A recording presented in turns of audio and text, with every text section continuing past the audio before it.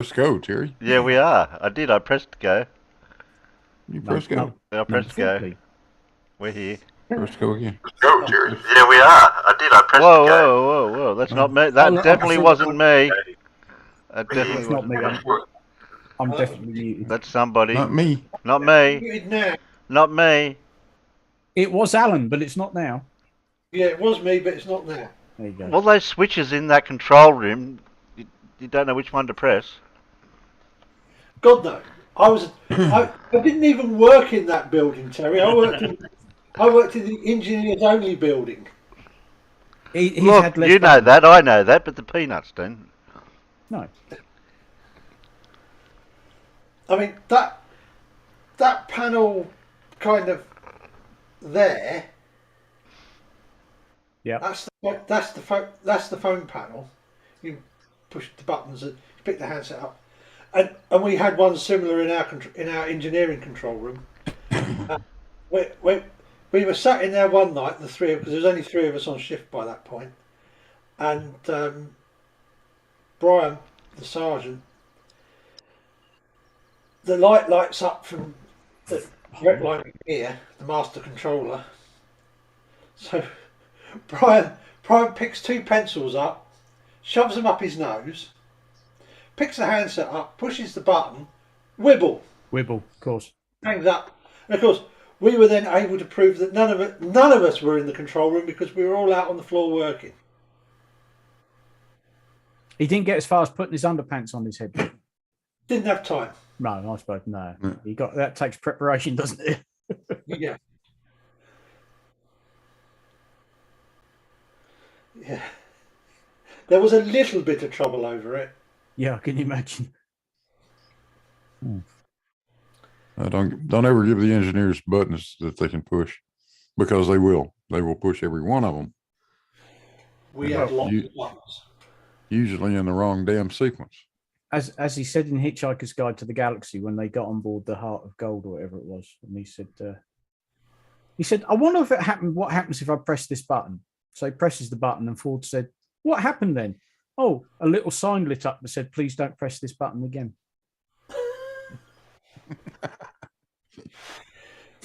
Which I think is just absolutely brilliant. That's the only function of the button, is to tell you not to press it again. I was just we did have one person who decided that he would press the transmitter off buttons in the control room, one after the other in about 15 seconds yeah.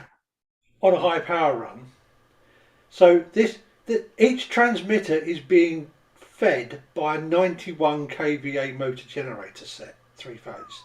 Bloody hell. Yeah, well, he instantly took them all offload in like 15 seconds.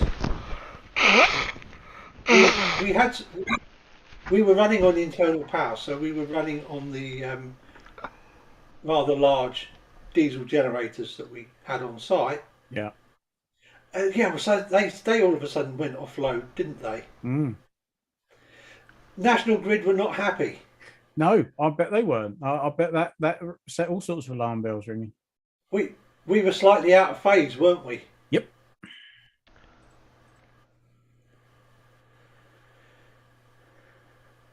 Oh, Shackleton. Good, Shackleton. Yeah, I think. Yeah, that's the we're right up to- page. Yeah, that's it. Yeah, number 3, the James Caird, however it's pronounced. Caird, I would say. Caird. Yeah, so the ship had a little accident while they were on the pack ice, That's it. and then they grabbed their lifeboat. I'm sure that's what we're up to. Yes, that is. That's the next bit to do. I know it's been a few. We'd done all the previous, the ship had got iced in, then it got crashed, and then they sort of, out of the lifeboats they had left, this was the one that was in best repair. Alright. Well, I better show the yeah, peanuts what we're looking at. Yeah. Yes, Rim Fondle, you can't engineer out foolproof. Because as soon as you decide it's foolproof, somebody will come along and prove you wrong.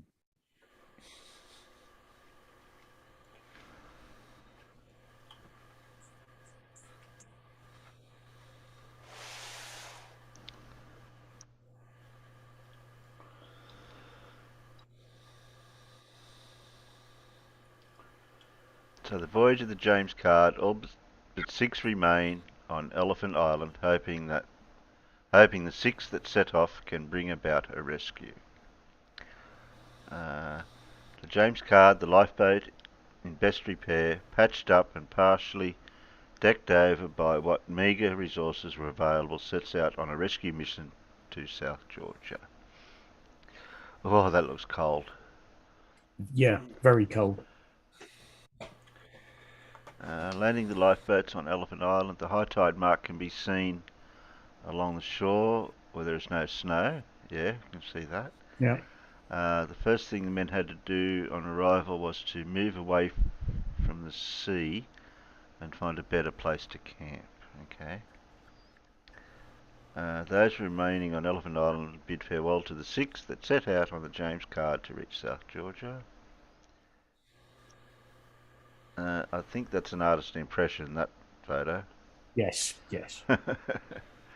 Voyage of James Caird, mountainous seas in the Southern Ocean made this one of the most incredible small boat journeys of all time. The men left behind on Elephant Island 3 months later.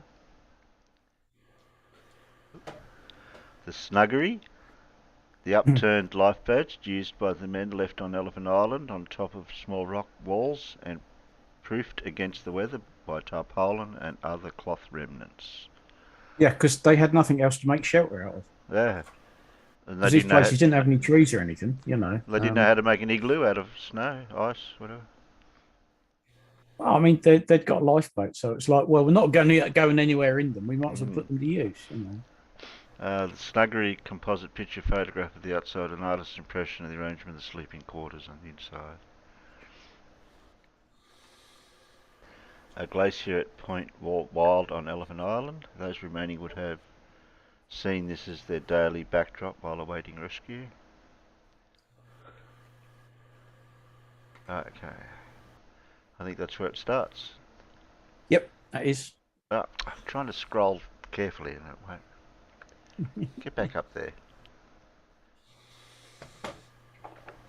There we go. I'll read till my eyes say no. Yeah, no worries. Okay, the James Caird, or I don't know how we would pronounce Caird. I think it's Caird. Caird, okay, we'll try Caird. Scottish, isn't it? Set off on the 24th of April 1916, the very last day before the pack closed in around Elephant Island. You mean before the pack ice closed in around around Elephant Island on a day of relative calm.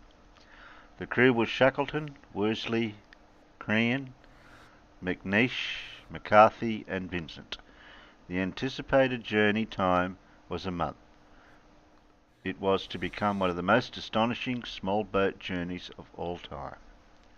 The James Caird made progress at the rate of about 60 to 70 miles. That'd be nautical miles, obviously, wouldn't it? Per day, so, yes. Through rough sea conditions. So, a day. Were they sailing it or were they rowing it? It did have sails, yes, but they also had oars, you know, in case. Because it's a lifeboat. They tended to come equipped with, you know, certain set items. I mean, in those days, lifeboats, they had sails, they had oars, that sort of thing. Because you know, you never know where you'd end up needing. If you're on the lifeboat and you're totally becalmed, get the oars out. You know. Where's the picture of the one? That one. There, oh yeah, there you go. Yeah, that's the little mast. 60, that's it. 60 or 70 nautical miles a day is only what 3 knots or something. Yeah. But then the conditions that they were sailing in weren't exactly. Yeah, it wasn't a mill pond, you know. So the sea consistently came in and made everything, including the sleeping bags, wet. It was difficult to find any warmth at all. There were 4 sleeping bags made of reindeer hide, which shed their hairs in a constant dampness, making them less effective and clogging the pump used to empty the seawater that spilled over into the boat. The boat was relatively unladen, and so boulders and other ballast had been placed aboard in order to trim her.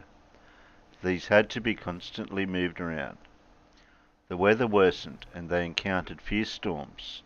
As the temperature dropped, ice formed on the outside of the boat from frozen sea spray, up to 15 inches deep on the deck. This made the boat much heavier and affected the trim. More moving around of the boulders, the men also tried as far as they could to chip away the accumulated ice with any tools that they could improvise, though the situation worsened. They began to throw items overboard in order to save weight. The spare oars went, as did 2 sleeping bags that by now were soaked through and hard and heavy with ice. They threw the oars overboard. Yeah, well, I don't think they threw all the oars away, but it was like, oh well, if you've got 4, keep 2, and sling the other 2.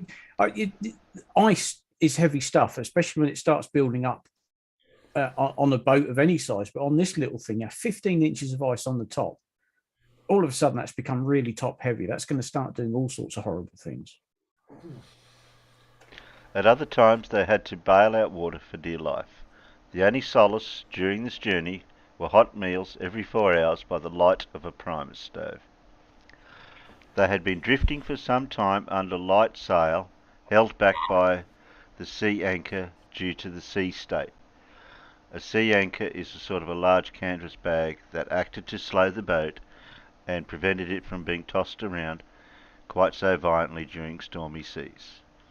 The sea anchor, however, was lost as the boat fell into a large trough between waves, and the men then had to beat the canvas sails free of ice and set them again properly in order to keep on course.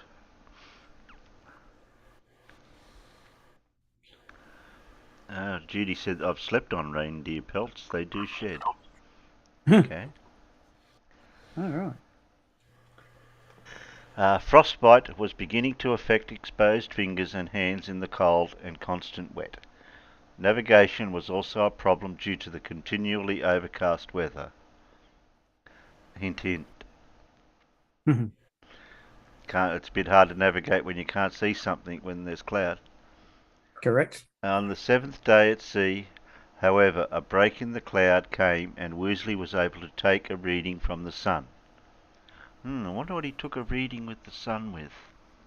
If only there was a tool that he could have used. His smartphone. They get satellite signal down there? Satelloons, yeah. Oh dear. Oh shit, now I've lost my place. 6 days. 6 days where, since the last where was I? On the Fourth line 7th day at down. sea, breaking cloud came, Weasley was able to take a reading from the sun. 6 days since the last observation. He calculated that they had travelled around 380 miles and were almost halfway to South Georgia. The short period of sunshine meant that the men were able to spread their clothing and other gear over the boat deck and the mast to dry out. Geez, you wouldn't think the sun would have much bite in it at that time of year. I think they're just happy to see any sun at all. Yeah. The ice became less dense and they occasionally were accompanied by wildlife, porpoises and tiny storm petrels. Okay. Oh, yeah.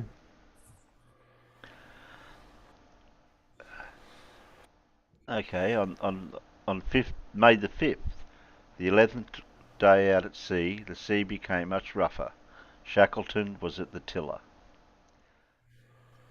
I called to the other men that the sky was clearing, and then a moment later I realised that what I had seen was not a rift in the clouds, but the white crest of an enormous wave. Ooh. During 26 years' experience of the ocean in all its moods, I had not encountered a wave so gigantic. Wow.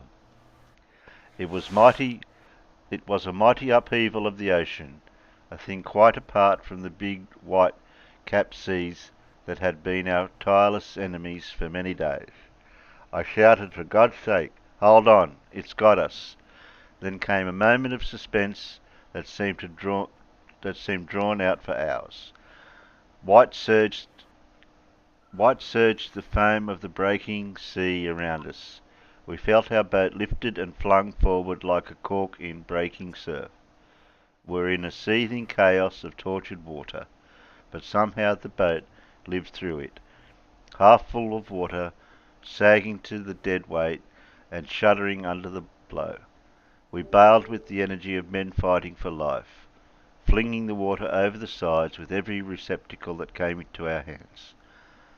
And after 10 minutes of uncertainty, we felt the boat renew her life beneath us. Oh, it sounds like a strain, doesn't it? And scary too at the same time. Very scary. When you think it's a break in the clouds, no, actually, that's a wave. That's I a mean, wave. And all you could do is, like you said, hang on, guys. You know, Yeah. because there's nothing you can do. It's coming. It's going to hit you, and Yeah. you just got to hang on and hope for the best. Blimey. What did Alan do to himself? Oh, You were. I got forgot. no idea. I forgot that I had the background enabled. Ah. The peanuts can't see, so that's not a problem, is it? Oh, No. I can show them if you want. You bugger. Okay, your turn now. How much you got left, It was- Farmer? On the Oh, I May don't mind. 7th. Oh, that was it. You've only got that. Oh, is that it? Well, is no, that those that's last few it. paragraphs? No, that last bit there's the last bit. Because the Yeah, next yeah, page yeah. is arrival at South Georgia, so I'll have a look and Okay. see how much South Georgia is after we read this bit. Yeah. Right then. Okay. On May the 7th, Worsley again was able to take a navigational reading and reckoned that they were not more than 100 miles from the northwest corner of South Georgia. Another 2 days with the wind with them, and they should have the island within sight. On the morning of the 8th of May, they began seeing kelp floating in the sea, and then some seabirds. Just after noon, they caught a glimpse of South Georgia, only 14 days after leaving Elephant Island, and about as half as long as they thought the journey would take. Oh, that's a bonus. Landing was to be a less than straightforward affair. Reefs, shallow rocks just below the sea surface, stretched all along the region of the coast where they were, and great waves broke over them. The rocky coast in many places descended steeply into the sea. Despite being so close and running out of fresh water to drink, they had no choice but to wait for the next morning to break before attempting to land on the shore. You might want to scroll down a bit. Oh, haven't you got it? No, I've got it. It's just for Yeah, you're good. everybody. Yeah, Oh, good. obviously I've got it on another screen. Yeah. The morning brought a shift in the wind, and a terrible storm arose. The James Caird was tossed around in the sea, and when light broke, they were out of sight of land once again. Oh. Just when they thought they're there, they're not. Hmm. They made their way back to South Georgia just after noon, but again, it was a coast of huge breakers and sheer cliffs that greeted them. The day wore on, and there seemed no hope. Later, though, in the evening, the wind shifted direction and began to die down. By the morning of the 10th of May, there was very little wind, and they were able to look for a landing place. Reefs and breaking waves dogged their every attempt. They found a likely bay to land, but were blown out to sea again by a change in the wind. Oh. They're at the fate of the wind, I'm afraid. Yeah. In approaching darkness, they eventually were able to enter a small cove fronted by a reef. They had to take in the oars to pass through, but at long last, carried by the swell, the James Caird was able to land on the South Georgia beach at King Harken Bay. Wow. Yeah. They had got through thanks to Shackleton's leadership and the incredible navigational skills of New Zealander Frank Worsley. Worsley had only been able to take sightings of the sun 4 times, April 26th, May the 3rd, the 4th, and the 7th. All the rest had been dead reckoning, keeping on the same straight line in the same heading. Had they failed to land, the boat would have been swept onwards to be lost in the mid-Atlantic, and no rescue party would have then set out for the men on Elephant Island. Mm. So remember, this is really only half the voyage. Yeah. They've gone out looking for help. They've got to get back again, or somebody's got to get back again. We'll see what the. But think it's going to take a month, and it only took them a fortnight. You know, that must have been a bit of a relief. Just see how much we've got of this one.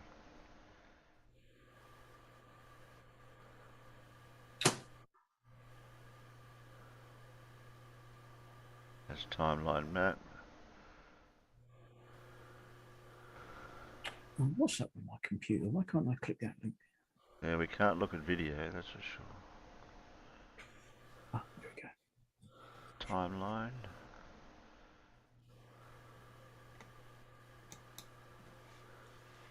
Well, I think this looks like it's the last bit because it's Yeah, we've got maps as well. it's the rescue. Yeah. The crossing of South Georgia rescue attempts for the men on Elephant Island. So that's them dragging it across the ice. What it look Yep. like. Across the ground at Brush Eyes. King Haskett, Haken Bay. Mountains of South Georgia that Shackleton, Crean and Woosley had to cross to reach the Stromness Bay whaling station. Oh.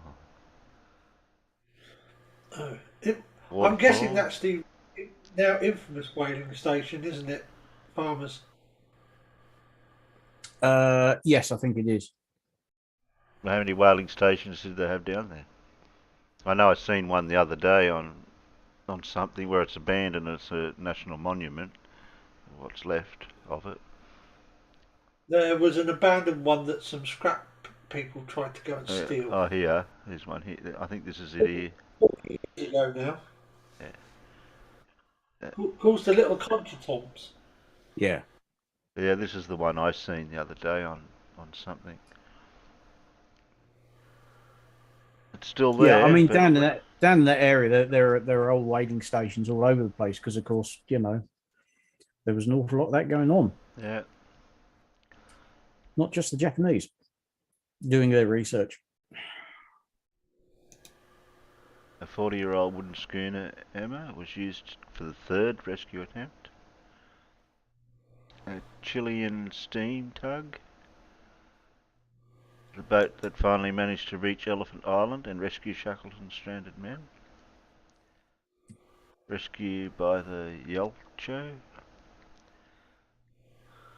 A postcard of the Yelcho arriving back in Chile with the crew of the Endurance. Sir Ernest Shackleton left and Luis Alberto Pardo right, the captain. Okay, here's a map. You might be able to see what's going on here. Wow, this is going to be hard to read because I can't see it, or the quality's not too good. I can't make it bigger, so I can't read it. Right. If you can see the colours, the cyan, sort of the light blue, that's the very first trip. That's from Elephant Island to South Georgia. So that's what we've just read about. That's the sort of 14 odd days it took them to sail from Elephant Island across to South Georgia. And then from what I can see, the dark blue line is the first rescue attempt. There's a looks like a triangular brown line. That's the second attempt. Then the yellow line's the third attempt, and then there's a pink one that is presumably the fourth and final successful. Dora said light blue. That's green. What? It could be green.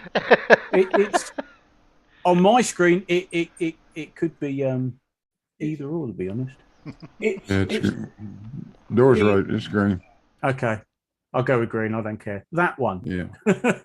But that's the first. Yeah, that's the first voyage. That's Shackleton's voyage out to South Georgia to say we need help, and then it took them another 3 goes to get back to Elephant Island and successfully rescue the guys he'd left behind. I'd like to overlay this on my Google world thing. Hmm. Then I can see better. And it's interesting that this gives you an idea of where they are, because in top left, that is, of course, the Falkland Islands that we all are familiar with these days. Yeah, I'm just not getting it. I'm just not orienteering myself very good of where this is actually at. I somehow want to ask why they call it Elephant Island, but I'm afraid you're going to tell me. I don't know. We haven't found Elephant that out seals. yet. I bet it's got something to do with elephant seals. That'd have to be. You'd think. Isn't there an elephant seal? Yes. Yeah, the big fat one. Bloody great big things. They're huge. Maybe that's what it is. Oh, here we go. Elephant's Island name is attributed both to its elephant head-like appearance and the sighting of elephant seals in 1821. Hot damn, I'm one smart son of a bitch. So there you go. It does indeed. If you look up the Wikipedia page and look at the aerial photo of Elephant Island, it does indeed look a bit like an elephant's head, sort of, with its trunk straight out. But yeah, that and elephant seals. So it seemed the logical thing to call it.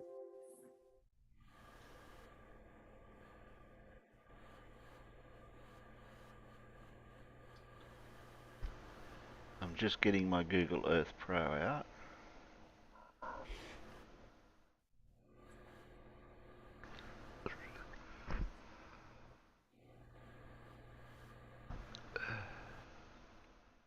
But it's pretty much a barren rock, other than sort of visiting penguins and things. There's nothing grows there. Alright, that's Google Earth for the peanuts. Now, which orientation do I have to put Antarctica in? I'm trying. Oh, trying to get me bearings. Where's the Falklands? Scoot around there in the Atlantic. The Falklands are in the South Atlantic. So rotate around a bit. Right. I can. Yeah. The Falklands are there at sort of top right. Yeah. You need to. Bit more rotation. Right. Yeah. Now, sort of pan down. So it's a no down. Other way. Other way. Your other down. There we go. Right. Now, come over to move your hand over to the left. No, just not the globe. no, not the globe, your just your hand, because I can see the Falklands from here. Oh, Yeah, me too. so put it back in the middle. Okay. I think directly below your hand is Elephant Island, isn't it? I think. There. Yeah. I think that's Elephant Island. There it is. You can see. Look, it looks like an elephant's head. That's Elephant Island. I'm not getting any. Oh, here we go. Elephant Island. There you go. Elephant Island. That's Elephant Island. So if you zoom back out. Right, that's Elephant Island there. Right, stop there. Go northeast. You see where that? Yeah, thank you. That is South Georgia. I don't know why they didn't go straight for the Falkland Islands. I mean, it looks like it's the same distance. Yeah, I don't. The wind was blowing. Well, no, Falkland. And now, if you look in your top left, you'll see the Falkland Islands there. That's the Falklands. Yeah. So you can see the triangle that's formed between the Falklands, South Georgia, and Elephant Island. Like that. Or Yeah, even so South Georgia was it closer? I don't know. Nah. That's looks like Elephant Island's probably slightly closer. Yeah, slightly closer to the Falklands. Use the measurement tool, and we can figure this out. Yeah. Go up there and click on the ruler. you have a big Click on ruler, the don't ruler. There's a ruler. Yeah. Yeah, go up there, see where the ruler is. To the right, to the right, to the right, to the right. Oh, right there. Hey. Click that. Click. Clicky, clicky. Yeah. Oh, you don't see that out there. Okay, now move that shit out of the way. Just grab it. Grab it and move it. Okay, I've moved it out of the way. You don't see Yeah, that anymore. it's- Yeah. Told you that. I can't. That's still in my way. Oh, okay. Now go there over there. Yeah, click right there. Yep. Now you should be able to. I'll go to There there. you go. Now, what's that? That comes out in kilometres. 1300. Mm-hmm. Yeah. Now move up to the Falklands and see what that is. 1500. Yeah. Yep. Elephant Island was 100 miles closer. Well, no, because that's the distance South Georgia to Falklands. We really want Elephant Island to South Georgia and Elephant Island to the Falklands. And probably Elephant Island to Punta Arenas as well.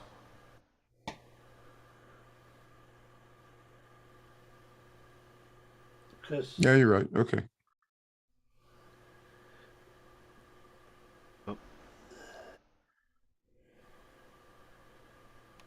Yeah, it's about 300 kilometers closer than closer. Yeah. Yeah. If you click again, Terry, you should then be able to start again at Elephant Island. Yeah. So just and then go click over Elephant Island, and then no, that's that one. Click there, and then take the map to the bottom of South America, where the borderline. Yeah, there about there. That's where Punta Arenas is. So that would have been it. Not much closer than the Falklands. But they were going to places that were known to have people. That was the thing of it. The Falkland Islands has been a British colony for well over 200 years now. So, Okay.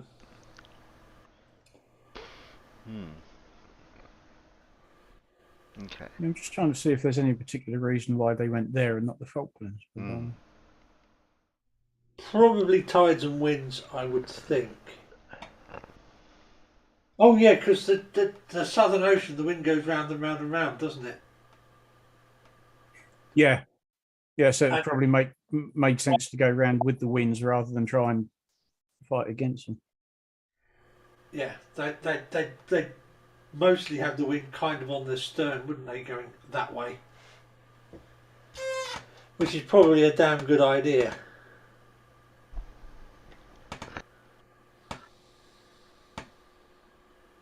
Well, now we know roughly where we are. Yep. Go out of there. So yes, you're really not a very hospitable part of the world whatsoever, particularly to be out in the open ocean in a piddly little lifeboat. After 3 months waiting for rescue on Elephant Island, James Caird is today permanently displayed in Dulwich College, London. Dulwich. Dulwich. You don't pronounce the W? Not in that case, no. Okay. Good old English. We just make it up as we go along. And it was the school that attended by Ernest Shackleton between the ages of 13 and 16. Okay. Would you like to read, Farmer? Because my eyes are... Yeah, that is not a problem. From looking at all those images and looking at the Google Pro, that stretched me a bit. Yeah. Right, so where are we? Our 6 intrepid heroes have made it to South Georgia. So, there was still a major obstacle to overcome, like they haven't just overcome a major obstacle. Yeah. The crew of 6 on the James Caird had landed 22 miles from the Stromness whaling station as the crow flies. Doesn't sound too bad.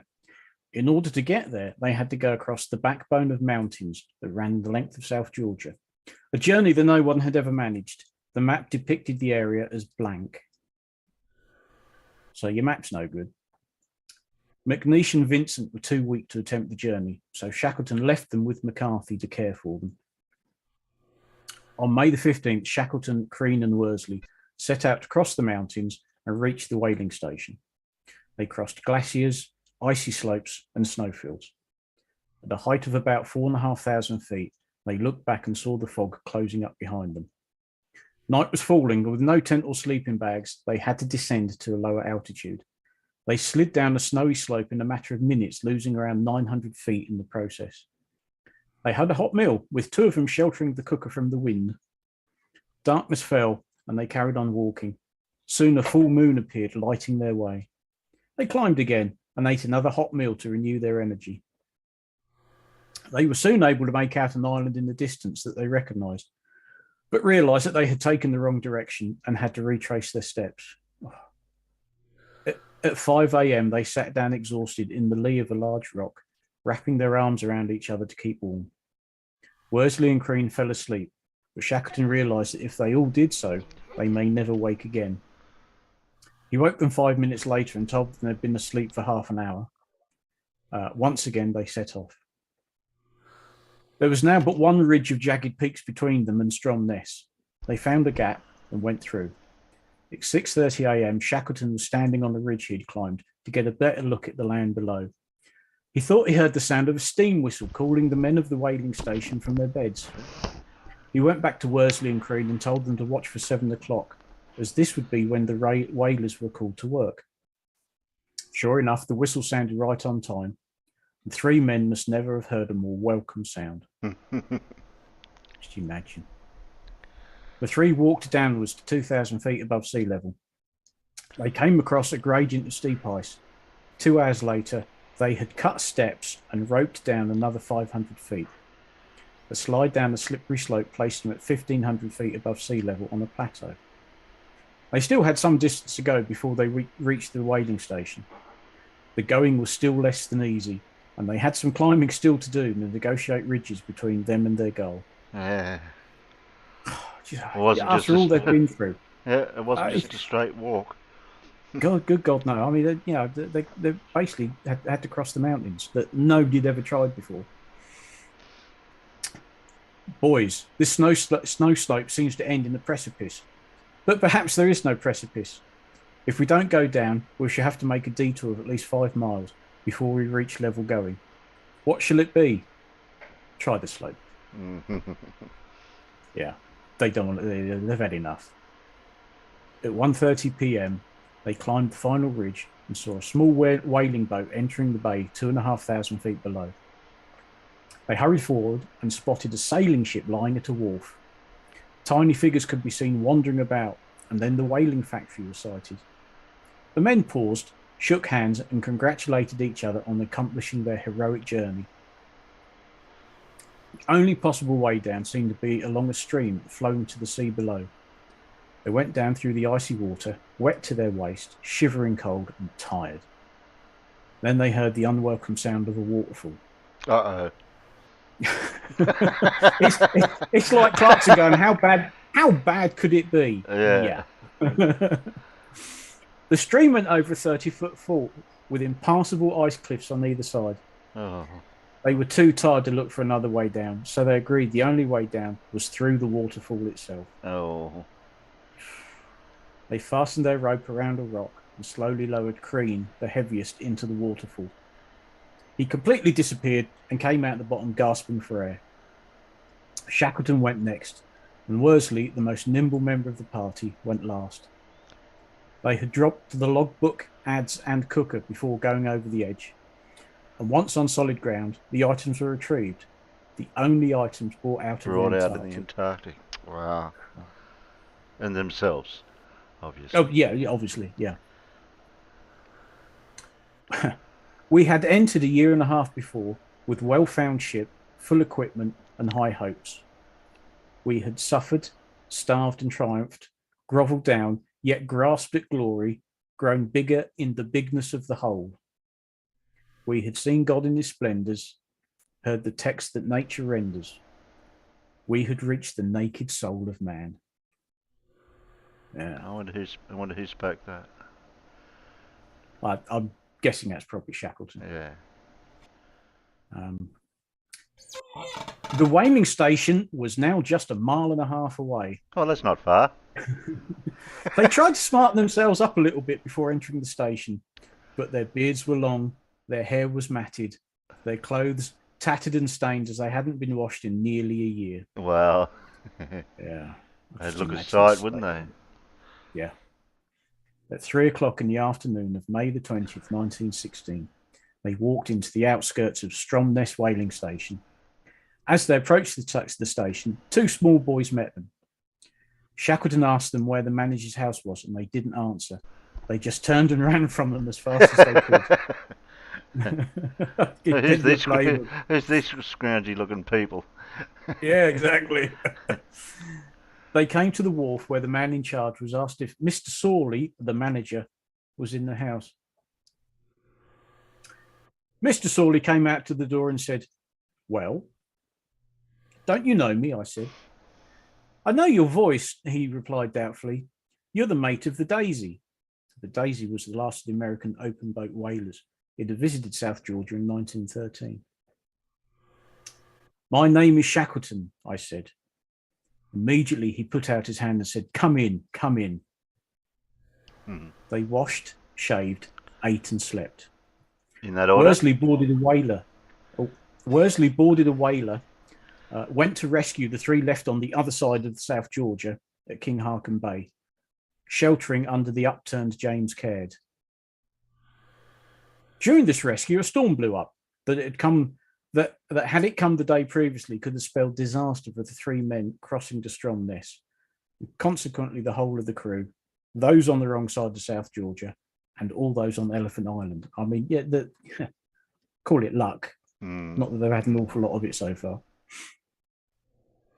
Shackleton remained at Stromness and prepared plans for the rescue of the men on Elephant Island. Shackleton, Worsley, and Crean left on the British whale catcher Southern Sky that had been laid up for the winter. On the 23rd of May, they were bound for Elephant Island, hoping to rescue the 22 left there. Yeah. Later, Shackleton was to write in a letter to a friend, "When we got to the whaling station, it was the thought of all those comrades that made us so mad with joy. We didn't so much feel safe as that they would be saved." Yeah. Yeah, he's gone through all that to save his men. 60 miles from the island, the pack ice forced them to retreat to the Falkland Islands, whereupon the Uruguayan government loaned Shackleton the trawler Instituto de Pesca. But once again, the ice turned them away. They went to Punta Arenas in southern Chile, where British and Chilean residents donated... Whatever that is. Let's go for 1,500 quid. Yeah, I was trying to round that off. £1,500 to Shackleton in order to charter the schooner Emma. 100 miles north of Elephant Island, the auxiliary engine broke down. And thus a fourth attempt would be necessary. I mean, Oh, no. Come on.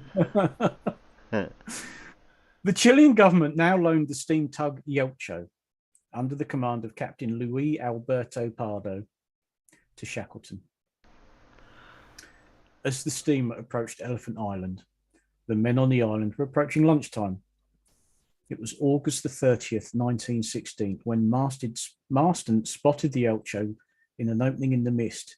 He yelled, "Shippo!" But the men thought he was announcing lunch. A few moments later, the men inside the hut, because it's an upturned lifeboat, heard him running forward, shouting, "Whoa, there's a ship! Hadn't we better light a flare?" As they scrambled for the door, those bringing up the rear tore down the canvas walls.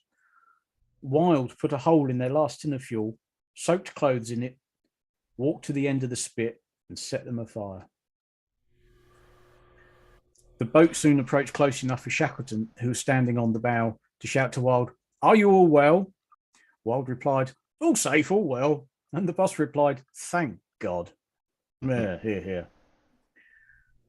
Blackborrow, since he couldn't walk, was carried to a high rock and propped up in his sleeping bag so he could view the scene.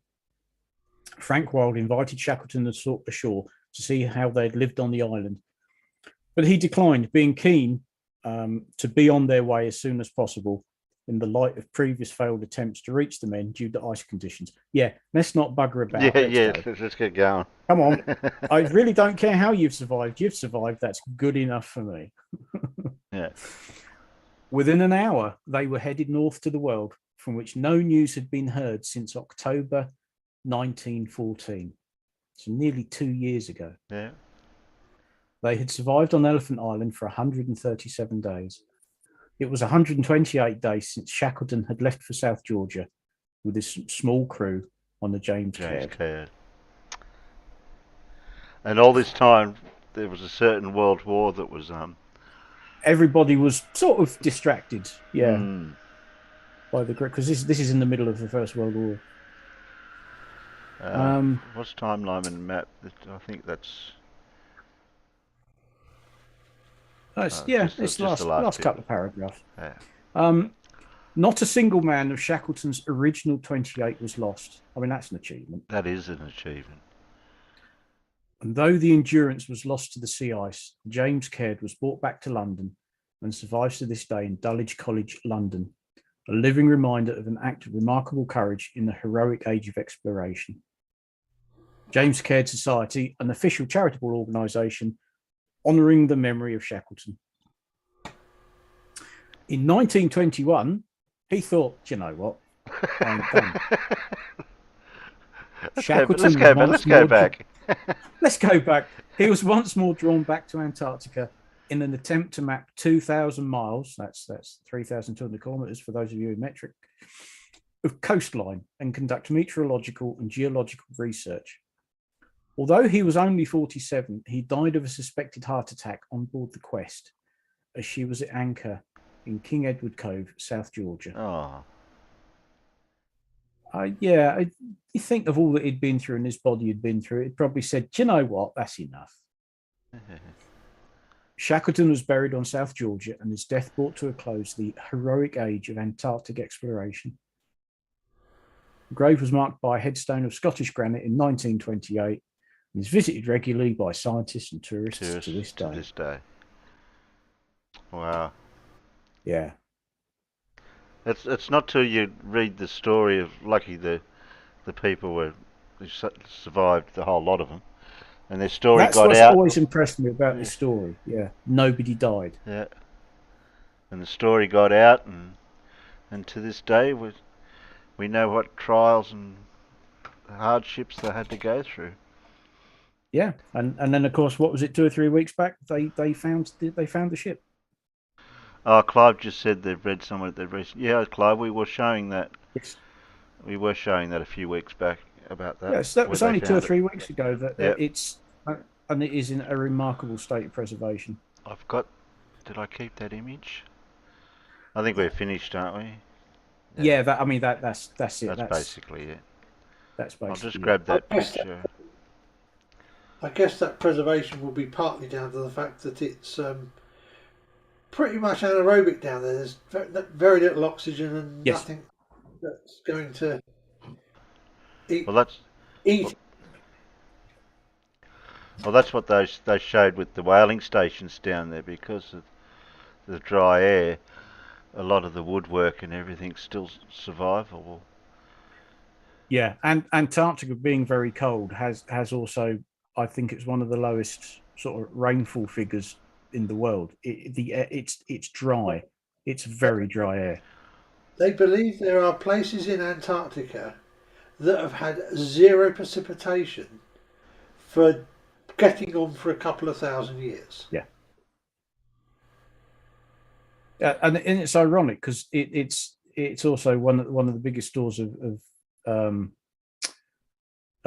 fresh water in the world, but it's dry. The air is just incredibly dry.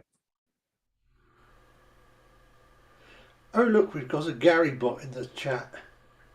Hello, Gary. Did he go on Flat Earth Day or whatever it is? He's just said good day, everybody. Oh, everyone. okay. So good on you, Gary. That's a very sensible. Yeah. No, I can't see why we can't get along with Gary. As long as we don't argue about anything, we're good. Yeah. I'm just looking for me picture that I had. I can't find it. Went to all the trouble of getting it. I think I used it for a thumbnail. I'm sure I did. I thought you did as well, to be honest. Yeah, but where would I thought I would have put it in here. Where I keep all me. I don't know. How good your filing system? Well, I've got it under. Oh, that's science images. It might not be under there. It might be under stream pics. Pictures I use for streams. That's probably where it is. That would make sense.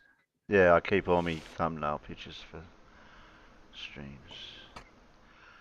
And because they're only thumbnails, it's hard to see it because they're only small. Yeah.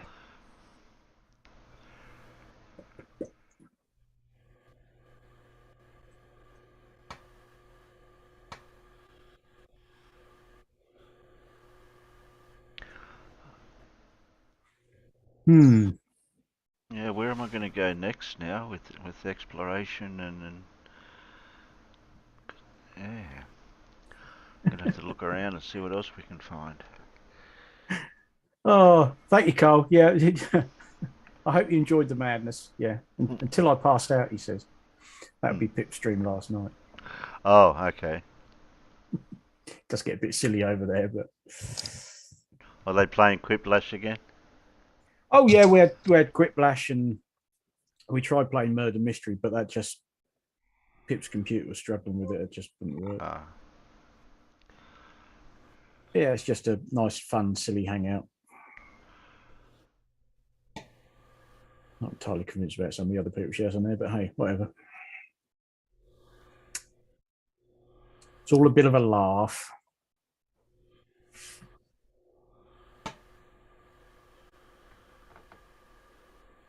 Do you think I can And find we have a that? masochist out there asking for Lindsay. Oh, yes. Lindsay will be here soon. Don't worry, my mum bakes cakes. Hmm. If you really, really, really want some Lindsay. I need to stop leaning forward on my desk because I keep seeing the top of my head. I realise just how patchy it all is. I just get this mark in my hair. Lucky you. I mean, I used to think, oh, well, you know, I might be grey, but at least I've got a full head of hair. Not anymore. Oh, I know I've got a full head of hair, and when it gets too long, the grey really starts to show, and that's when it's time to go and see that lovely young lady who goes with the clippers and takes it all off again. Yeah, well, trouble is, mine's been more grey than black since I was about 24 or 25. Right. Well, I'm still blonde, so I've got a problem. I mean, I haven't got a problem.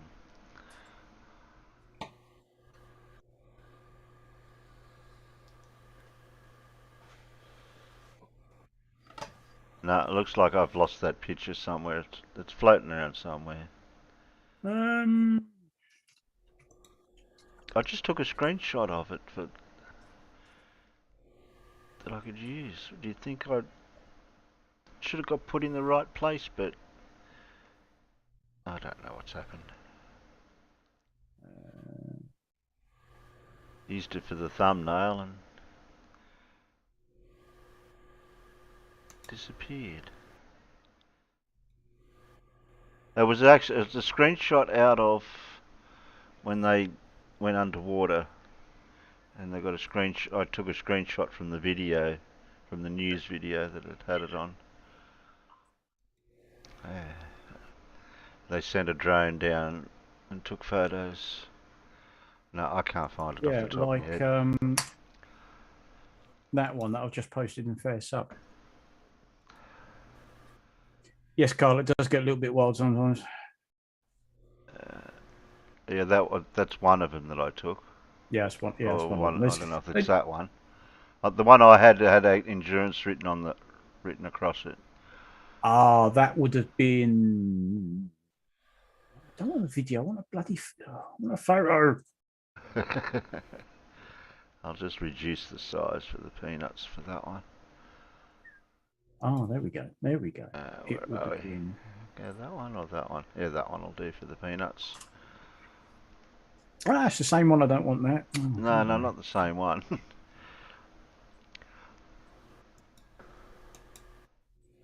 Yeah, I just played the video and I think I took some screenshots off the video.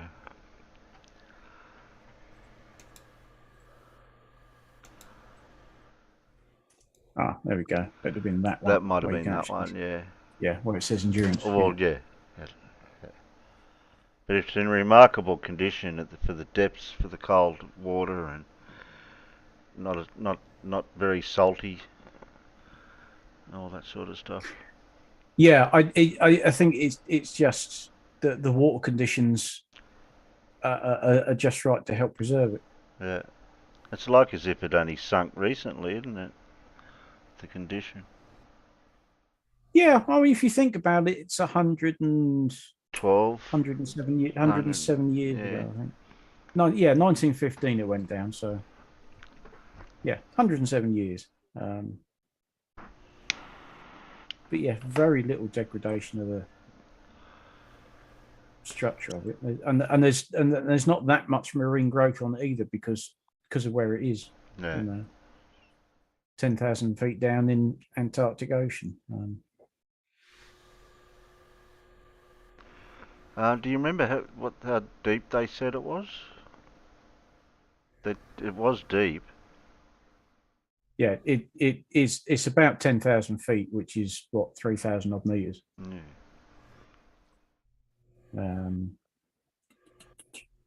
Yeah, 10,000 feet, 3,000 meters. Okay. So about three times deeper than the tallest mountain in England. Yep. Alright. Okay. Well, I'll go over there now and grab that. Right. Sounds like it might be time to make another cup of tea. Have we got an incoming Lindsay? Yes. It's time for tea then. Yeah, time for a cuppa. Righto.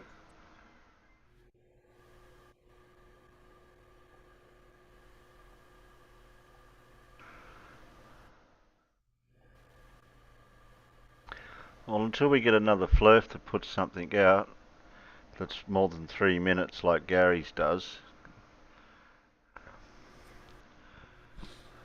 Get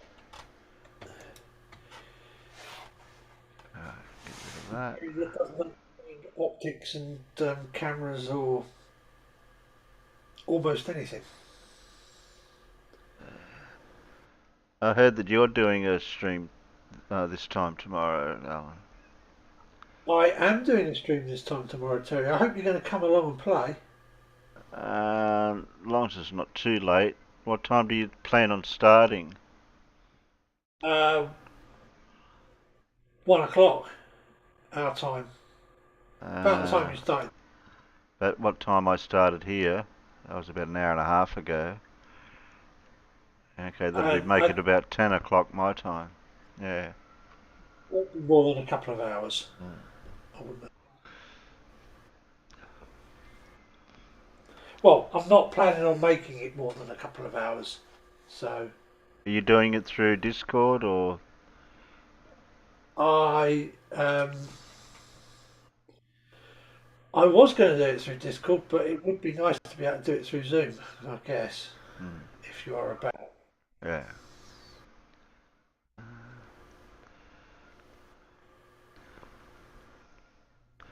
Right. Where were we up to? Weren't we watching part 1 and 2 and 3 of Flat Moon Phases something?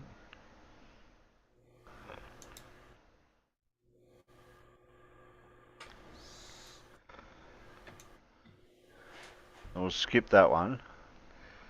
Well, we did the first part of his Flat Earth Moon, I'd say. Because it's supposed to be 3 parts. There's 2. There's 3. So I think we're up to this one. Because we did the first one, by the look of the red bar at the bottom.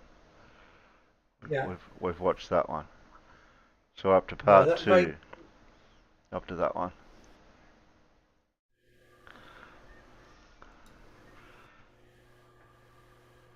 Give the peanuts. Lindsay. So if you've got anything to do, like housework, or go and fix that fence that you wanted to go and fix, now's the time. And Farmers has gone to make a cuppa.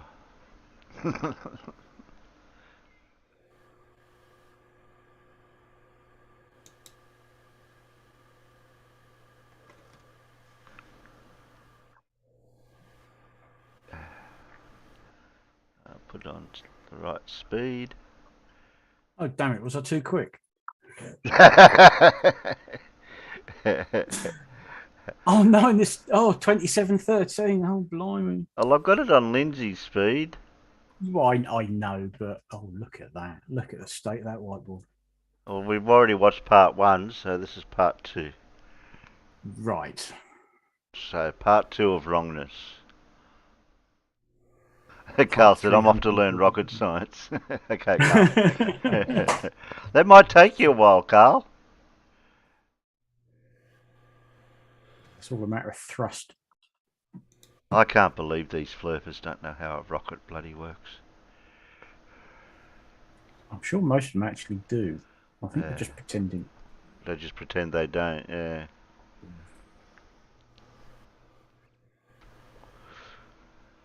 Well, I need that 4-letter P word, somebody.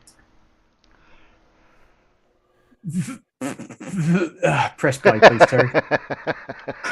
So many others I could say. Oh, yeah. Welcome everybody, welcome to another video by Flat Earth Philosophy. We forgot to mention push your visual devices back far enough so you can't kick them with your feet and Face palm protection all that, yeah.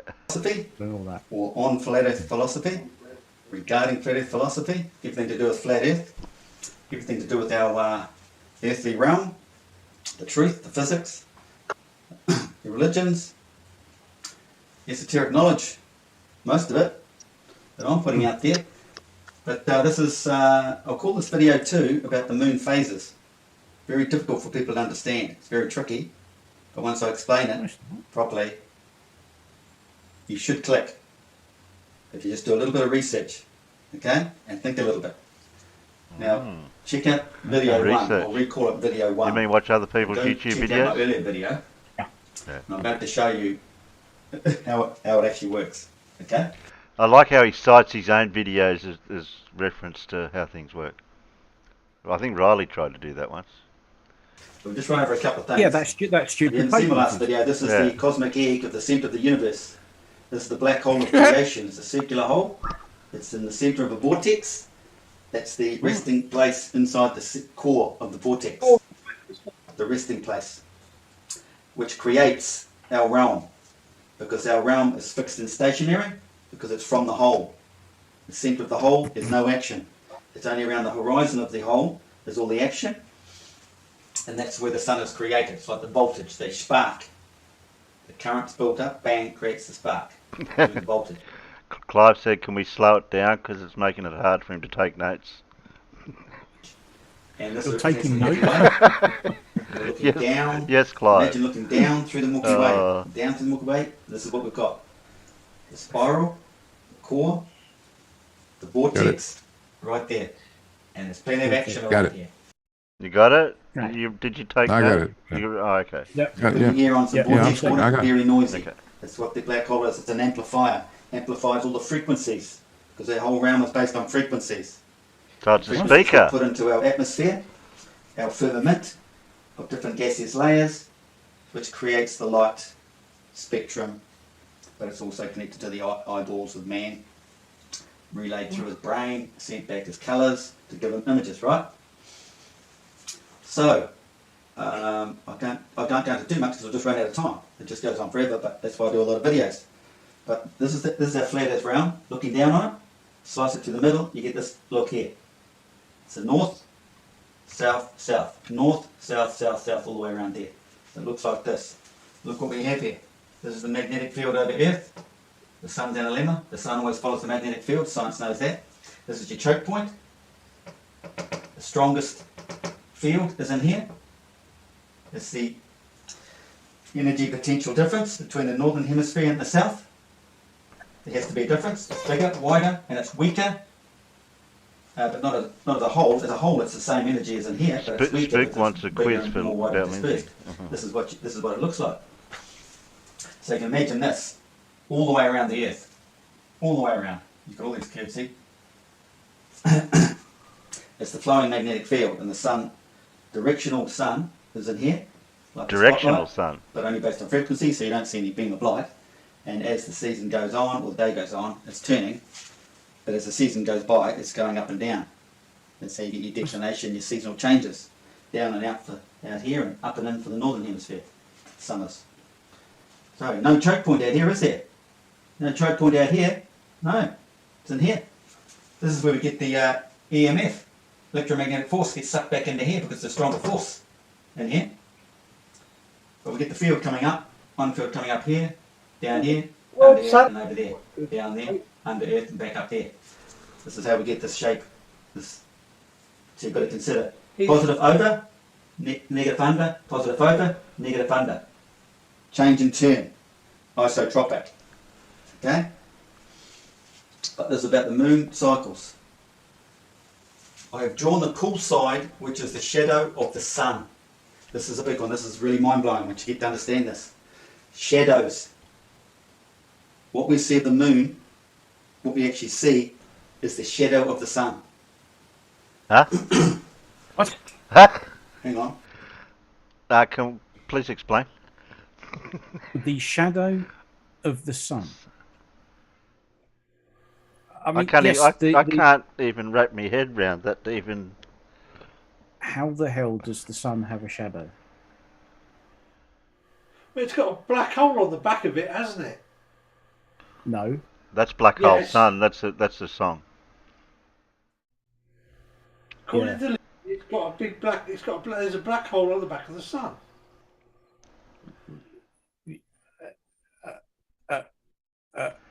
Reboot error. Insert choose.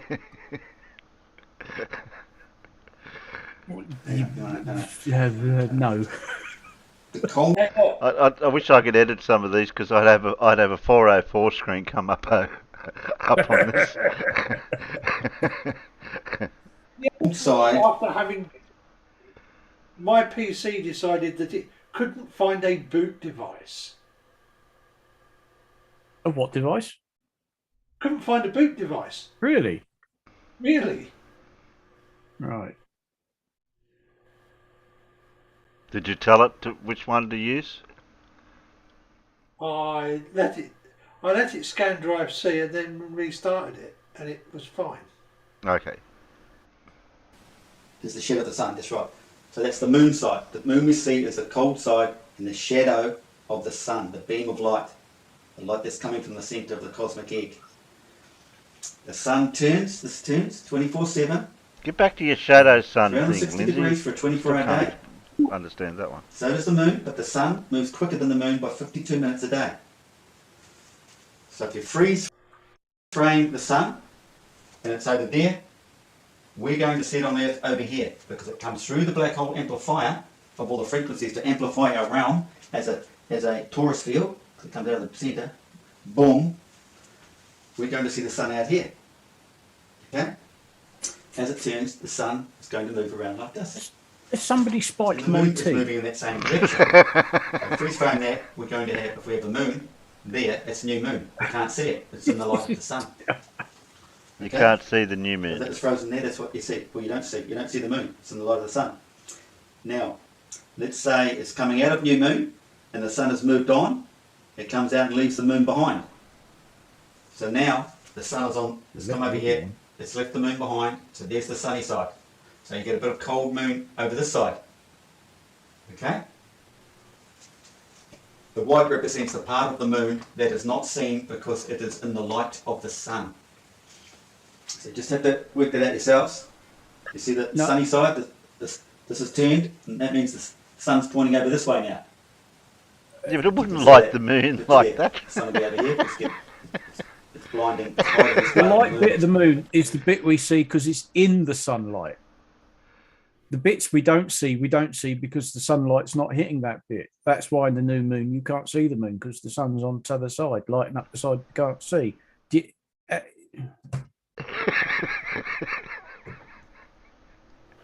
I'm glad Yeah, you figured it out. So these are the Well, cold parts of the moon. that's how it actually works. Look, it's a bit in Blackadder when he says, reply to the General Baldrick, I can't. He's talking absolute gobbledygook.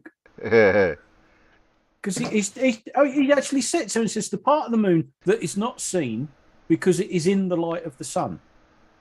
Yeah. If it's in the light of the sun, we're going to see it. Are we? That's the moon we see, okay? The dark parts. New moon is full of sun, so it is unseen.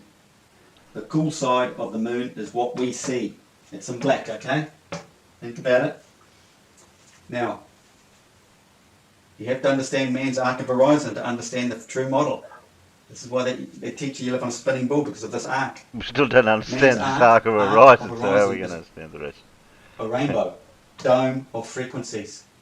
This is this is the firmament, with no colour until an object enters into your horizon, your dome. We see the light, we see the sun, because it's made up of all the frequencies. So bang, you get the white light. Why But it's does he made have up to of all the use? frequencies? Yes, Alan? Why does he have to use that word, frequency?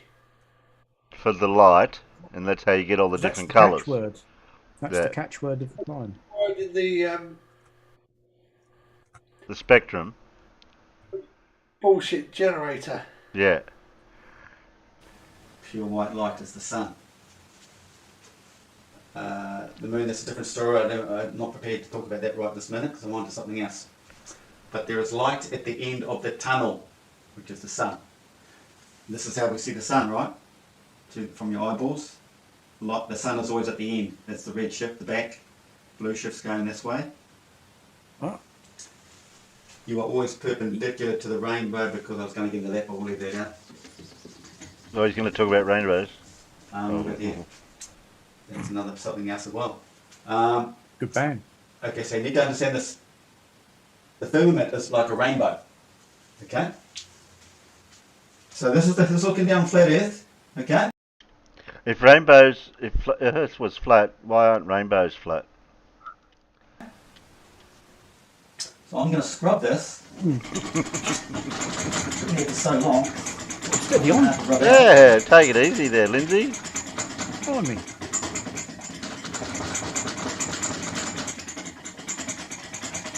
Get rid of the analemma.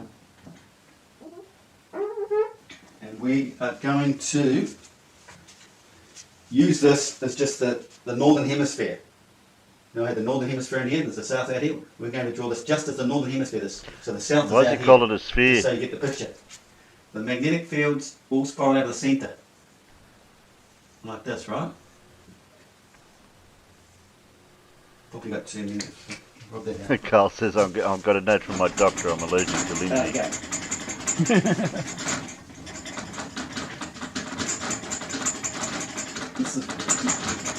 This is mind blowing. I've come across a lot of information. They're going to have to rewrite the whole physics book. You know, there's a special dusted, like a chalkboard duster shaped thing that you use to wipe the boards on them. Well, not really. They know the that's core of it, generally, yeah. basically. They just keep going back to the spinning ball garbage. In fact, he said this is the first time I've seen him erase. It's scary. So, stay centre north. Okay, so everything spirals out like this. These like the run What? lines. What do you of mean the spider everything? He web says in celestial everything. navigation. It's all like this. And so it's the magnetic field of Earth. Now the sun follows the magnetic field. Science knows that. Where's your toroidal So- field part in the middle there, Lindsay? Let's say I'm not thinking in You're 3D. seeing the sun go down on the horizon. So you always I think observe he finds it hard to draw the 3D concept onto a 2D surface, doesn't he? is always centre to your arc of horizon. See, there's a meridian here over the Earth, north to south. Man has his own arc because he is.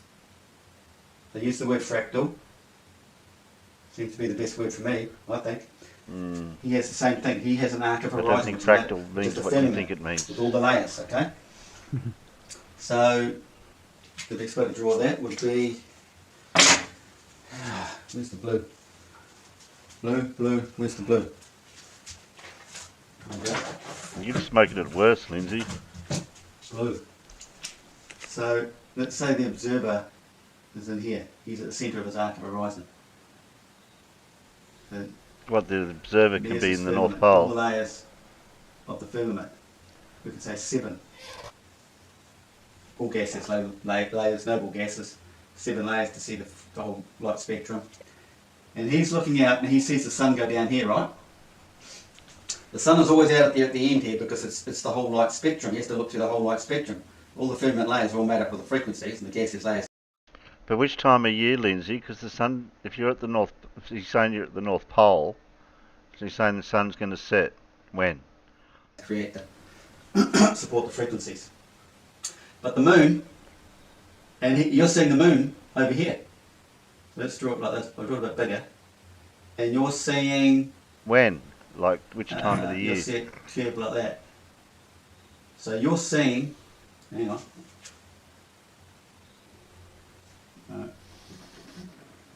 I think so. I think I'm right. You should be seeing it... that's a pretty funny circle. You should be seeing it that shape. That's the cold side, isn't it? Cold side. But the sun's over there and it's got the... I'm doing it right, but...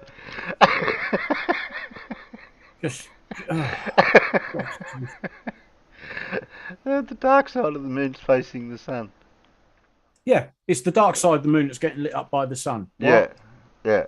And exactly. it's the light side that we can't. I give up. Oh, okay.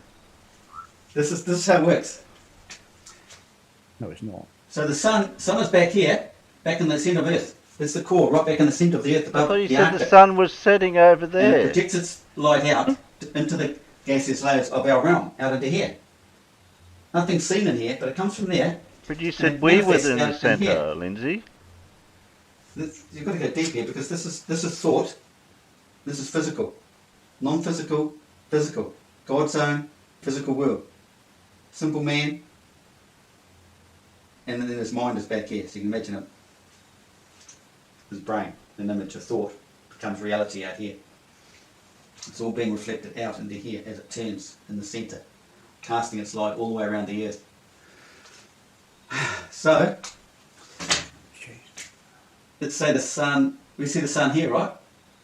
Well, there's the magnetic field, curving like that. So, let's say that's the black hole, then the sun will be on this side of the black hole, because it's releasing its energy right here. But it swings out like this, following the magnetic field, the curving magnetic field. But you've got to realise the whole firmament is made up of all the frequencies, right? But the moon only has one frequency. So it's right here in the front of us. So what happens? There's no curving magnetic field because there's only one frequency. So that's direct to the moon. So the actual sun's direction at this point here is straight over here to the other side of the moon. But you see the sun over here, where we see it. But the real sun is there, projecting its image straight out here, onto the moon, where you don't see it. The sun is shining on the moon, the white part, you don't see it. So, in reality, Well, if you don't see it. all the arcs come right back to here. It makes no sense at all. The magnetic field curves through the arcs like this, through the arc firmament. And the moon would be right back down here at the bottom. Yes, my mum bakes cakes. That's where I was confused. Are we in the middle, or is the sun in the middle? Right? That's how it works. Science knows all about this curving and the sun going down, like this. You know, when it's pointing in this direction type of thing. So there you have it, everybody. The sun is shining on here. That part. Not from there to there. This is an That image, means the a sun's on secondary the other image side, from in here. Lindsay. And it follows the magnetic field of Earth. That would be my 10th Nobel Prize if I was a Freemason. Well, that'd be $10 million by now. I'd be a pretty wealthy man. But this is going to be known. Your grandkids are going to know this. You can't hide it. You can't. If you want to follow physics, you'll come up with this picture. It'll work like this. You can't deny it. I've told you for 2 years my model is undebunkable. Yeah, because you won't debate anyone with it. What can I say? This had me buzzing all day. You can't debunk stupid. And he won't debate anyone. So No. how can you debunk it if you can't debate him? When I realised, oh my God, the shadow. Seriously? Esoteric knowledge, they're always talking about the shadow and the mirrors. The shadow. And I used to think, well, what are they referring to there? What's going on up there? Shadow. I didn't figure it out before. I've always known the moon phases like this. I didn't even click when I did this the other night. That, oh my God, it's the shadow. And it is. That is it. Okay? Now, it's just understanding man's arc of horizon. We all have this arc of horizon. It works in everything. Your Stellarium phone app, what's above you? It's all based on a dome. They have to know where you are, and your phone tells them where you are, so they'll show you the map of the sky from where you are, all relative to the observer. What is an equatorial mount for? So you find your location on the Earth, so they can create your dome. So that's where the star is, on your dome, so you can track that star across your dome. That's what an equatorial mount is for. And when you track a star across your dome, you know it's starring this curved path. That's another story. I've done videos on it. But anyway, and then you've got celestial navigation. Celestial navigation, the observer, you take a sextant reading of an angle, they want to know the rest of the angle to your 90 degrees. So the zenith, you're 90 degrees. That way, that angle there gives you your position relative to the GP point of that star you just took. That is all created within this arc of horizon, your dome. It's a meridian of Earth. A man has a meridian or an arc. It's like this. It's written. The Egyptian Book of the Dead, I think it is, or the America. It's all there. A lot of it. It's probably splattered right through the Nag Hammadi library. But yeah, a lot of this came to me through the Desire of Ages. If you want to understand a lot of this, read the Desire of Ages, but you have to think, open your mind to what it's really saying. It's just not literal. There's just a little spin to it. But once you get to understand that little twist, you'll get to understand what it's telling you. There's something else buzzy I was going to mention. But no, that's it. That's gold. That's solid gold there. The frequencies. Because all the frequencies, the bands. Let's say you get a frequency zone through here. It's going around the world. Another band with certain frequency. It's going around the world because that's the whole gaseous layer. Right around the world. Well, it's around this way, isn't it? There's no flipping satellite sitting up there. You know, the funny thing is when Tonga had the eruption, and they just were going on about the satellite pictures, the satellite this, the satellite that. But hey, all the communications went down. Where were the satellites then? Oh, there's no satellites. The undersea cable's been broken from the volcano or the earthquake. Oh, What? don't say anything about that. But they have to give you this image. And it would have taken them 5 minutes to create that image over that place on the map.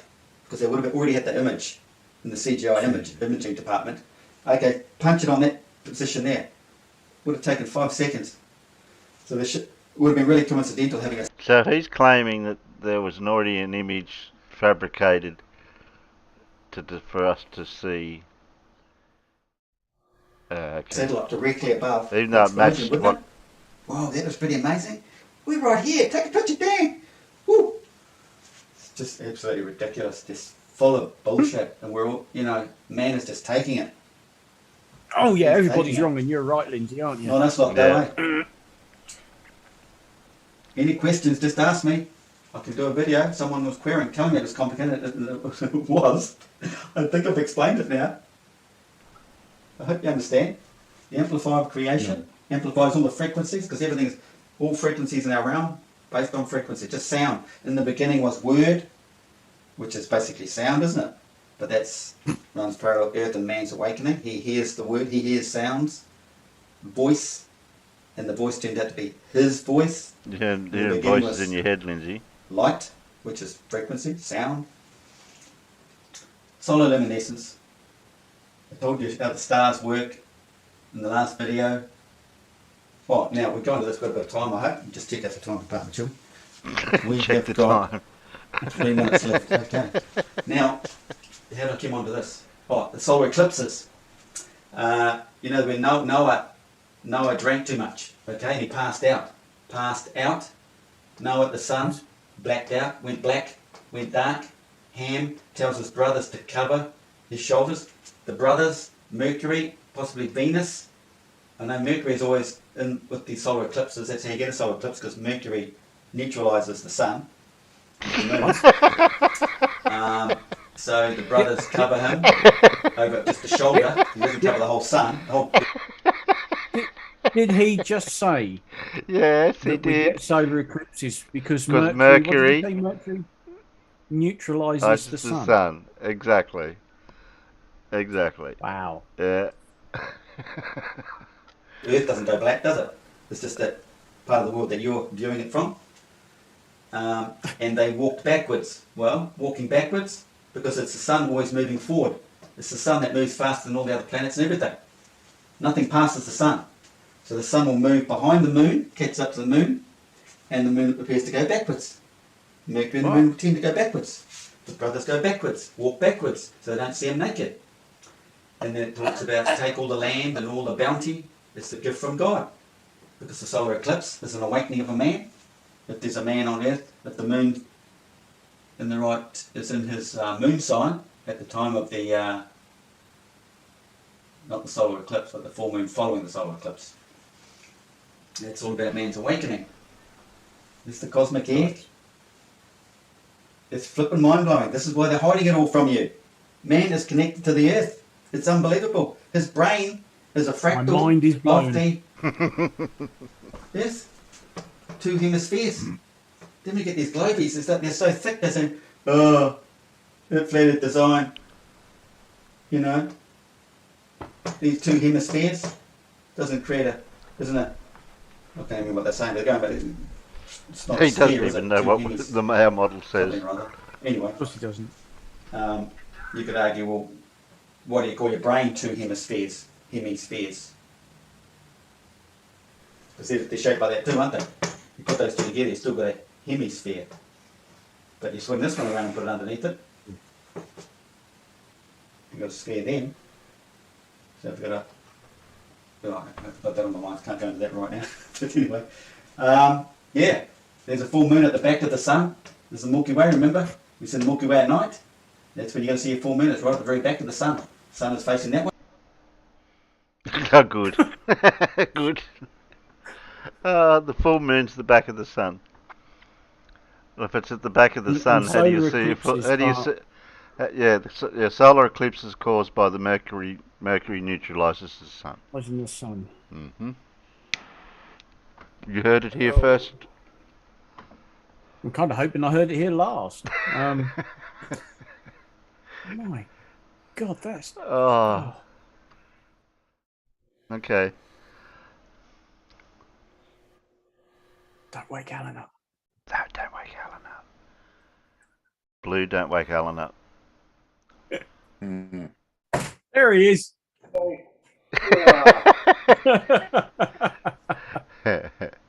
Some of us just go and make a cup of tea whilst Lindsay's on. Alan just... Yeah. That's the cheats way out of it. That one. Passing out. Yeah. The bonus is you weren't snoring. So that's Yes, the you main- weren't snoring. But you were head down and off with Do the you want me to fairies, play so- Lindsay again for you, Alan? No, that's fine.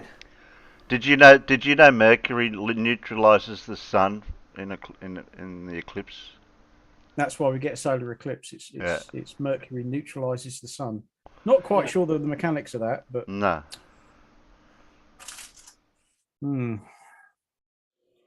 What are we going to do for Paul's quiz?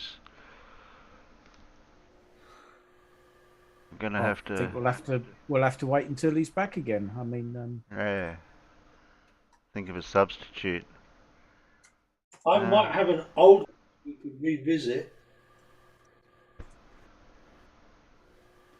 What's that? I might have an old quiz that we could revisit. How are we going to do that?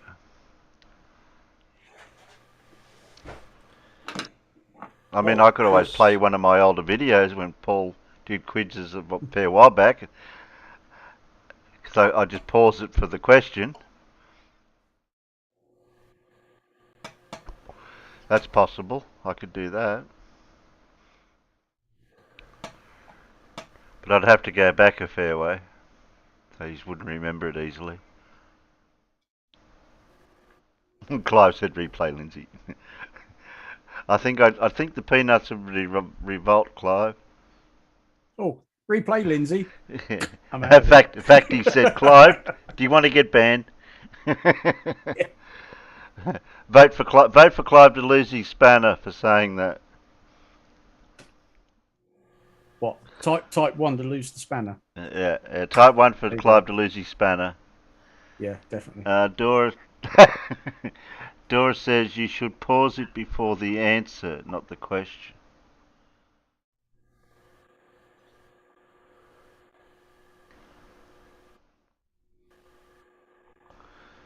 They're putting Well done, four out. yeah. They're putting four out Oh, there yeah. now. Well done, guys. Peanuts Somebody did revolting only when you don't coat them in chocolate. Okay. They're much better dry roasted. I think they voted Clive Spanner off. Looks like it, yeah. Let's have a quiz on what we all learnt from Lindsay. What neutralizes the sun in a solar eclipse? Mercury, Okay. apparently. But don't ask me actually how No. or what it means by neutralizing the sun, No. because I ain't got a Scooby-Doo. And how are the elements made in the in air? What causes the elements? Frequencies. No, lightning. Right. I think it was lightning. I can't remember. I think I might have zoned out a little bit. Not sure. Those and many more are questions that cannot be answered. What's John got there? What's those little emojis that he's put up? I can't see. Chocolate. Oh, chocolates, are they? Chocolate bars. I ain't got any chocolates, but I've got some shortbread. Well, I can't eat because I've got to talk.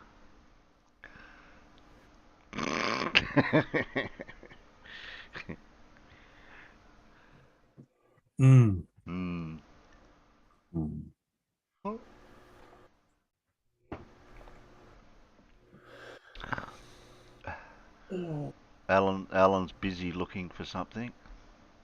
What's the file extension for a PowerPoint? Is that I got no idea. Hang on. Somebody sent me a PowerPoint the other day. Let me have a quick look. Not in that one. It must be. PowerPoint is PPT or PPTX. Okie dokie. So that's Clive said PT and Thurston said PPT or PPTX. Yeah. Depends what version of software you've got, but it's PPT is PowerPoint. What are you trying to replicate what Paul does by displaying a quiz?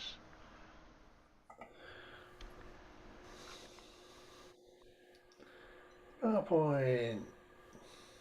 Well, while you're doing that, I'll search the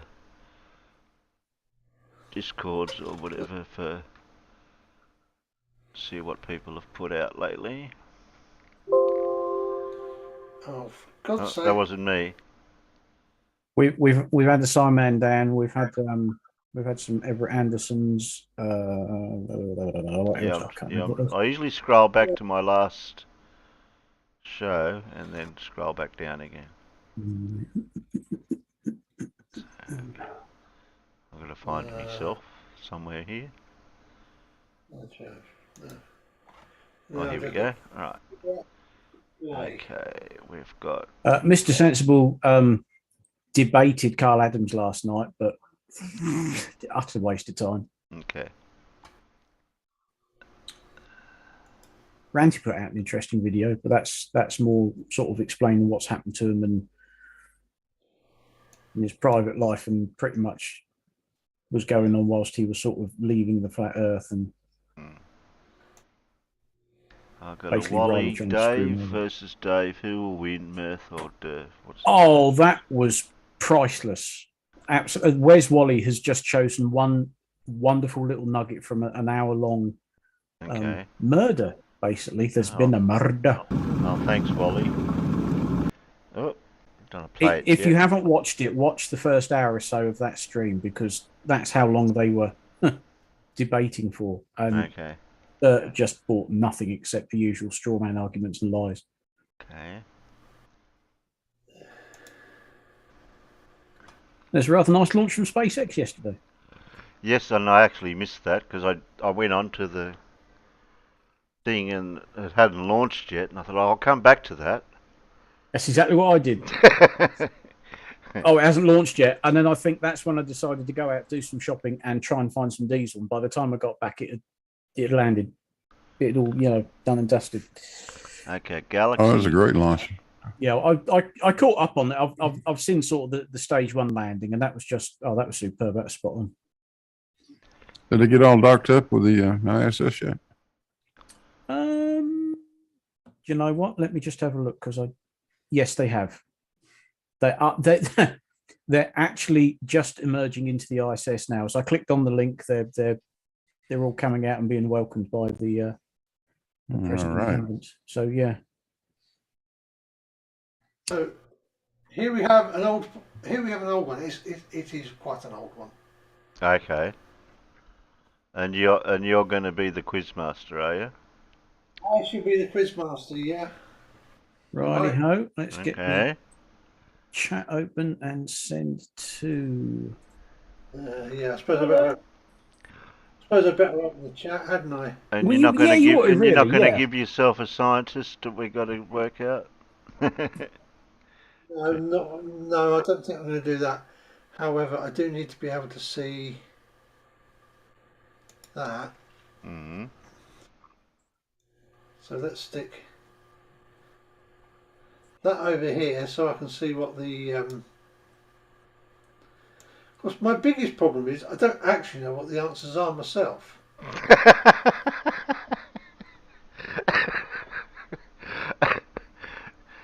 Well, Well, if it's a you quiz and you might. got questions, the answer must be there at the end. Yeah, yes, but I can only see the current slide and the next slide. So Yeah, yes, I know what you mean.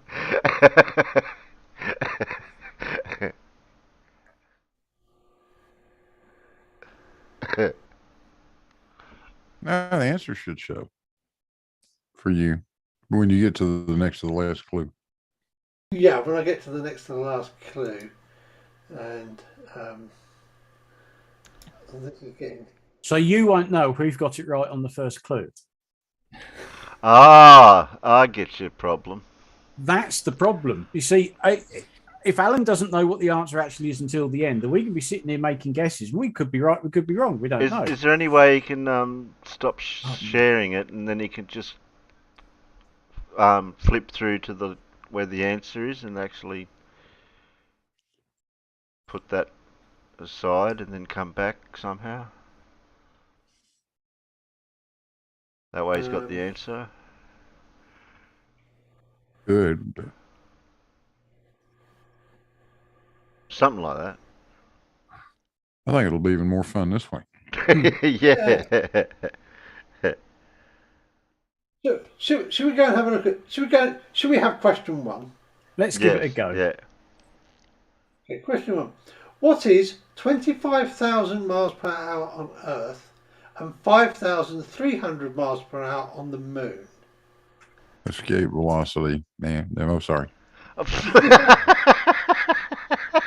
Well, it saves me typing it all in. I got as far as the first word. Let's just delete that. I was thinking of something like that too. I had. Oh shit. My Yeah, bad. I actually Well, was Blue. thinking. I was thinking something like that because I was thinking gravity has got something to do with why there's something different in the miles per hour. Oh, I didn't think of that actual word, but now I know it. Oh, okay. This one's so old. I think there's only the question and then an answer. Oh, right. Okay. Rather than. Because I've got this one from one time when Paul had a problem with something or other to do the quiz, so I ended up doing it then. Gotcha.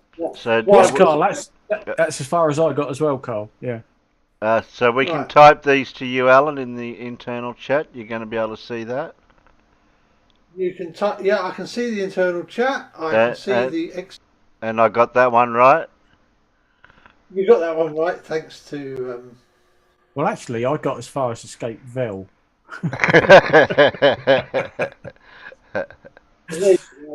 How fast a rocket would have to go to leave every planet? I think the people oh. out in the peanuts were getting that one. Jupiter's quite high, 134,000 miles an hour. Yes. Carl Yeah. said he typed in escape. Yeah. Judy got escape velocity. Blue, if you're going to say the answer, could you just type it to me? He's muted, so Yeah, I'm gonna stay on mute since so I don't be a bad boy again. oh dear. Oh, what a classic moment. Question 2. Okie dokie. This is going to be a lot quicker than normal for Paul because he usually goes through all the questions, like all the Yeah. clues. Certain substances are classified as water pollutants, others as air pollutants, and still others as land pollutants. Which of the following pollutes all three parts of our environment? A. Fluorocarbons, B. Smog, C. Acid rain, D. Ozone. Hmm. Hmm. Hmm.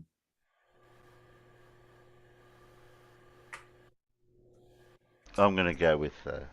I'm probably Sorry. going to be wrong. I'm going with my gut, and that's probably wrong. But hey, what the hell? Okay, we've got an A, we've got a C, another C, another C, an A. Yeah. C's definitely seem popular, don't they? Yeah. Hmm.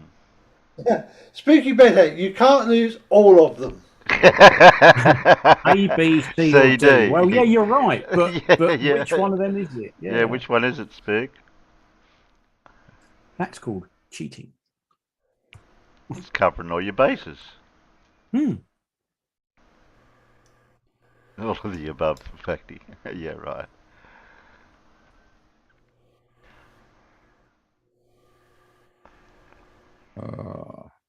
I think. Winner, chicken dinner. Yeah, Mm, yeah, I think everybody who said acid or C gets yourself a point. Can I just say that word properly?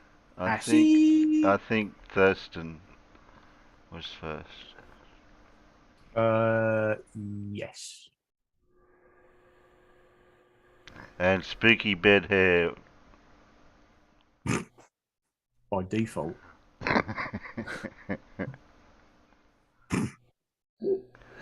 Yes, it is called hedging your bets. Yeah. I'll just go for all of them. Yeah.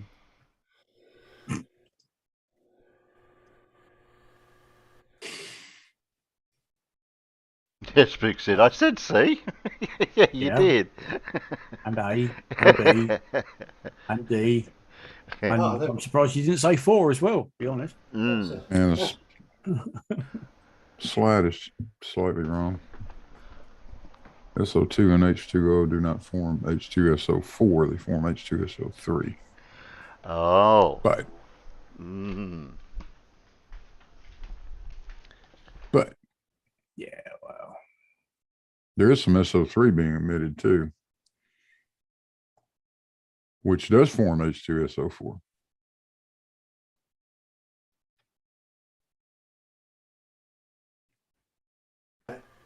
I'll take your Question word. 3. I'll take your word for it, Blue, because I have no idea for chemical symbols. Mhm.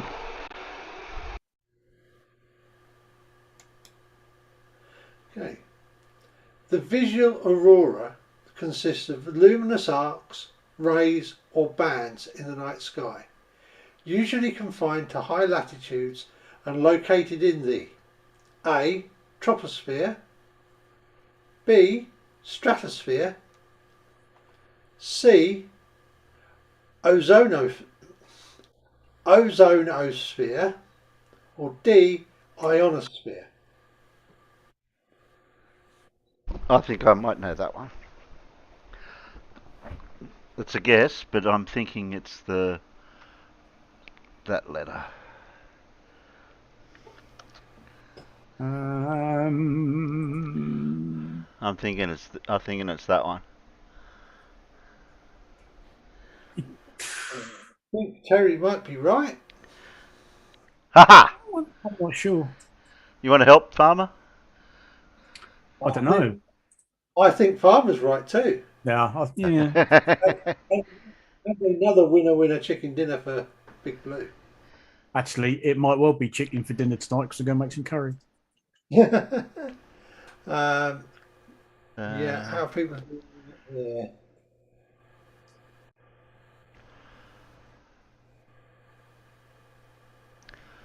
So who's? We have a fair number who are correct out there. Yeah. What Terry said. Okay, Spook.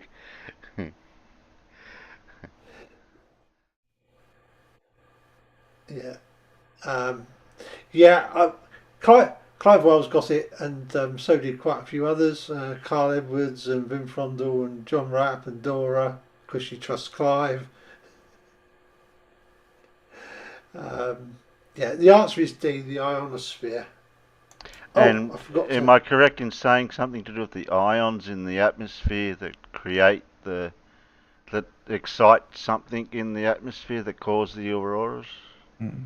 Or No, something? it doesn't have to be that complicated. It's just ionization. Right, okay. Yeah. It is, yeah.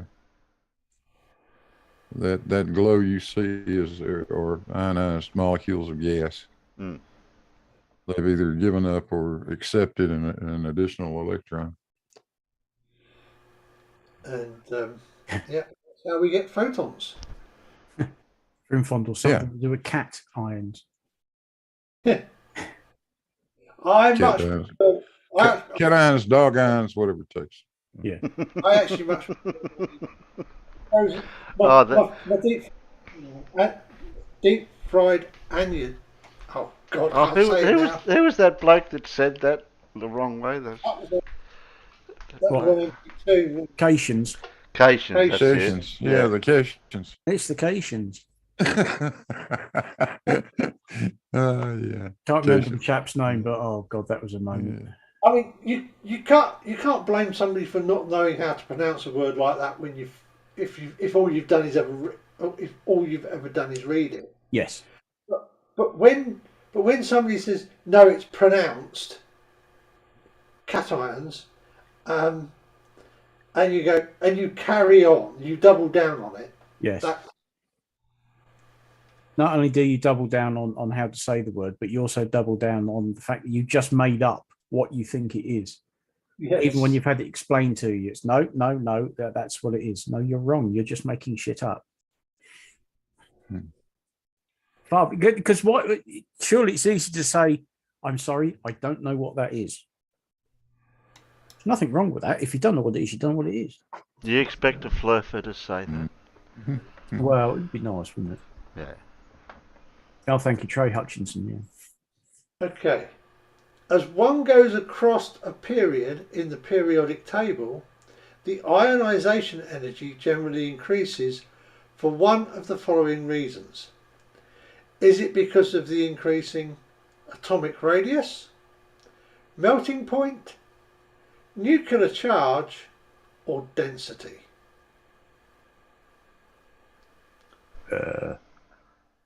God. I've forgotten all of that since 1986. Hang on. I'm only learning this stuff now, let alone learning it when I was at school. That's when I stopped doing O-level Right. chemistry. Clive was answering question 4 before I even brought it up. How What did he is do going that? on? He's not over in Discord, is he cheating? No, he's No, he not. can't be. Babu. He's in Discord. Yeah, if he was in Discord, he'd be hearing the question before the peanuts. No. He answered the question before I'd even seen what the question was, Yeah. because I hadn't gone far enough through the slides to have seen the next question when Clive put the answer up. And he just put the answer up to number 5. Clive, what are you doing?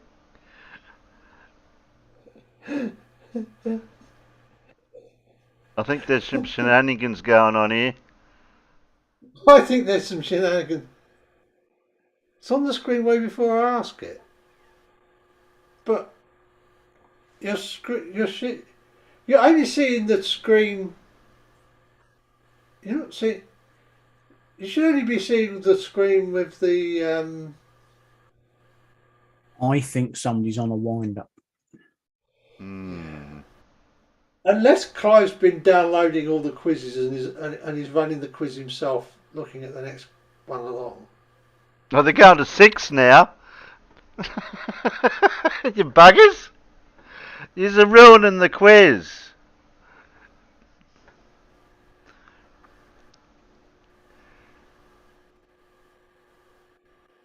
So the answer is Nick of the charge. yeah. This is not fair. Carl's going to 7 now. What the hell is? Oh, yes, because Paul shares all the old quizzes, doesn't he?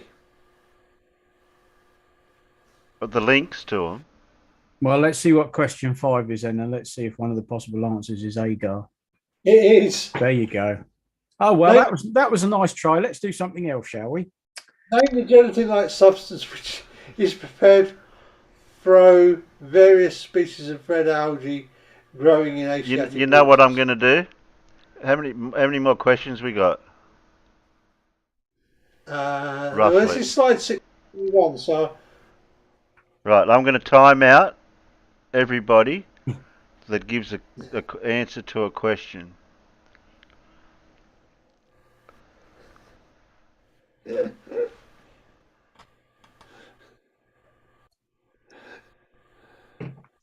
That way you can ask the questions for the other peanuts that haven't got the questions put aside.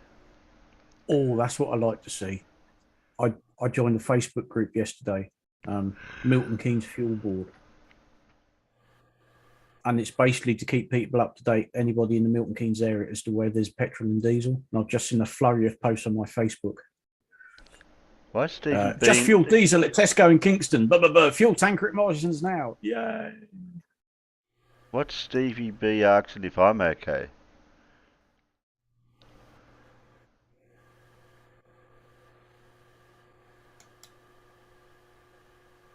there we go. The answer is Agar. Of course it is.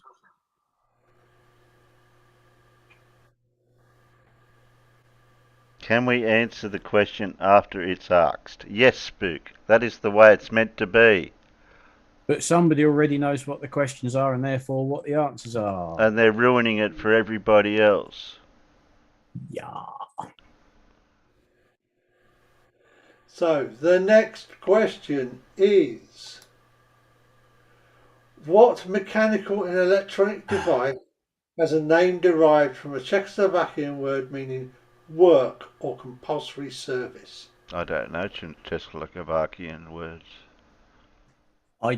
That's one of the answers I do happen to know anyway. Oh, okay. Yes.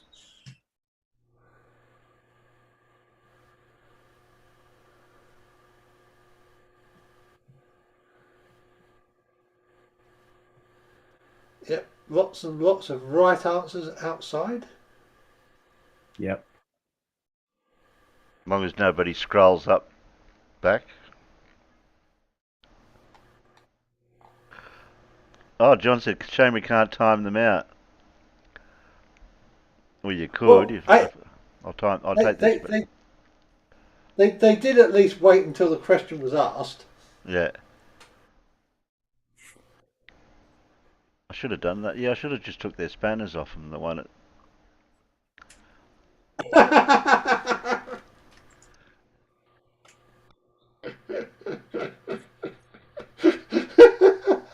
Sorry, Swing but and a miss. that robot goal is about as good as me.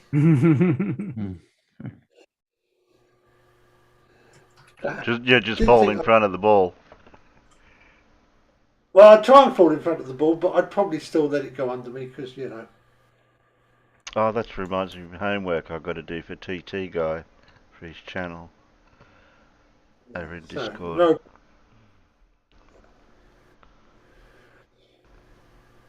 So, next one then.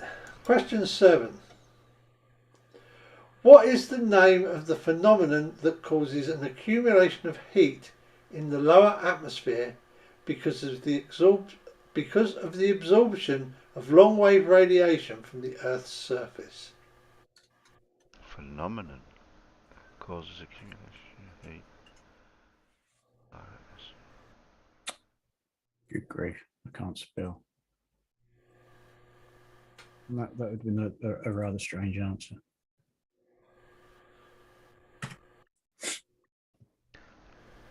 Yeah, I'm going for that one.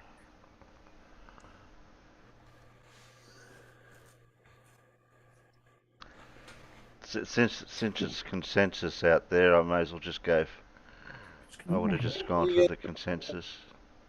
Are you going to actually type anything to me, Terry? Because you don't seem to be. Oh, I've been reading the chat too much. There you go. I'll just to confuse you.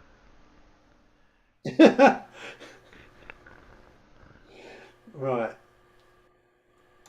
Bum, bum, bum, bum, bum.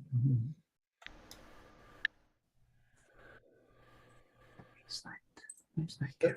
Solar radiation reaches the Earth's atmosphere.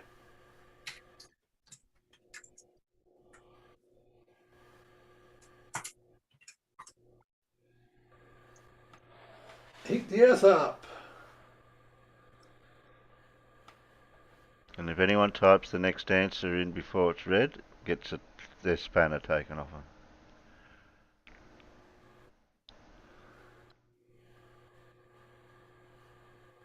So who did say that first? They were all very good. They Thurston. waited the question. They waited until the question was read Yeah. before they. Well, they don't want to lose their spanner or get timed out. So Yeah, exactly. it looked like Thurston was first for that one.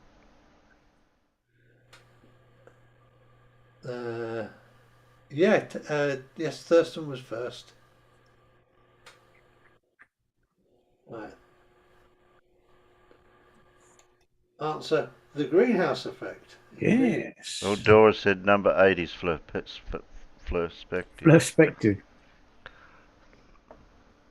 This yellow-white spectral F-type star is located in the constellation Carina, south of the ecliptic. It ranks second in apparent brightness amongst the stars. Is this star A. Canopus, B. Alpha Centauri, C. Castor, or D. Rigel? Oh God, I haven't a clue. I'll just take a punt. I really don't know. How are they reading the answers ages ago? Where are they reading the answers? We read the answer 5 minutes ago. Huh?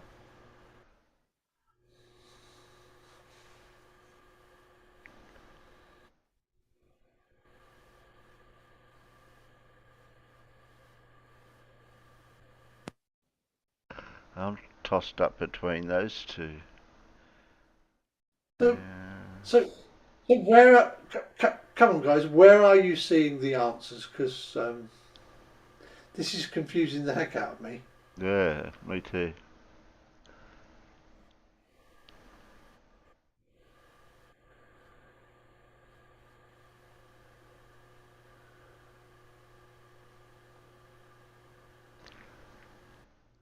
Well, I've heard of those two, but I haven't heard of those two. Why is there a number 2 in the corner? Oh, okay. Oh well, I'll just go for that one then. It's either that one or the other one. It's either A, B, C, or D. Yeah, that's it.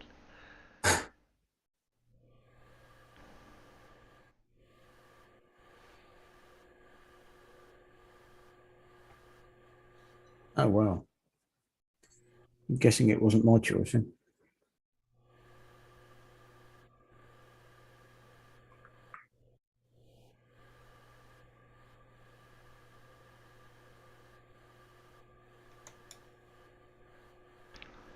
Answer is Canopus.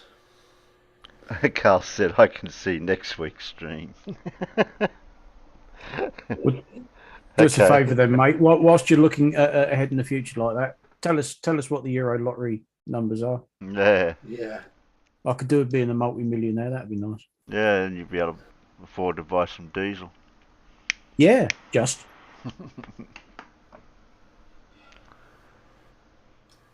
So he got that right out there.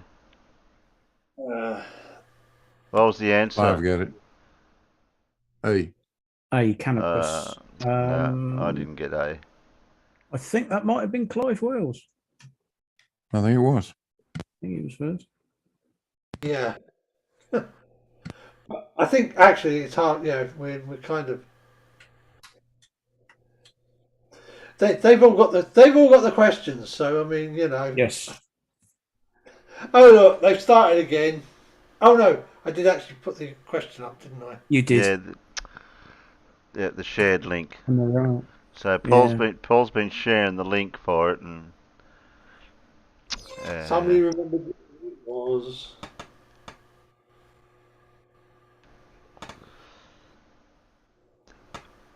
Oh man. so anyone that puts their answer out before the question. Oh, there's the answer anyway. Werner Heisenberg. The Heisenberg uncertainty principle. Well, if it was uncertain, how did it become certain? Well, it didn't. Oh. Well, they're not sure anyway.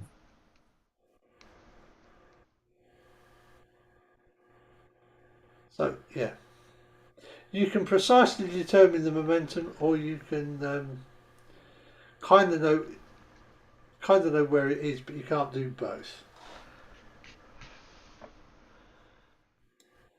I think we're going to have to tell Paul to stop sharing the links to his quiz.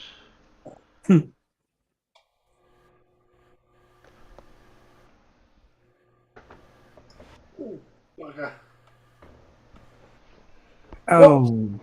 Is used to describe the procedure whereby a catheter is inserted into an individual's heart.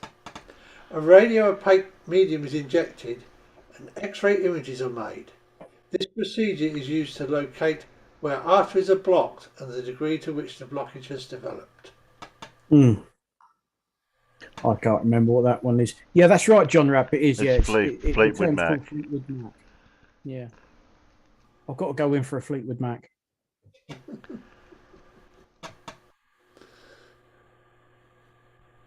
Plumbing.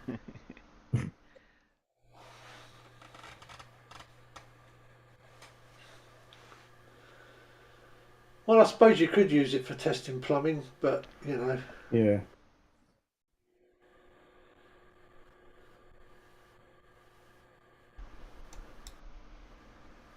Oh, there we go. There is an angiogram. Oh yeah, that's it.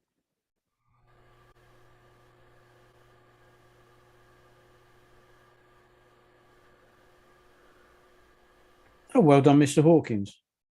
I just had a chat with Arwen. It didn't time me out. Okay. Block me again.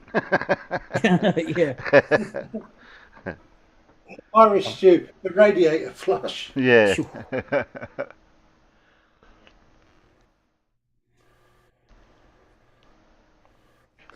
Right. On angiography or not? Yeah.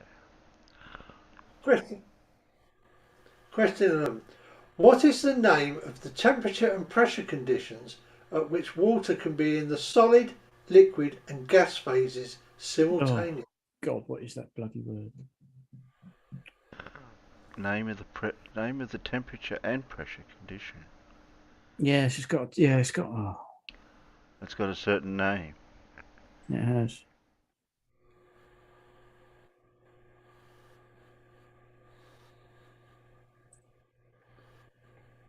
Can't think what it is, and I'm deliberately not looking at the side chat. Big Blue's got it.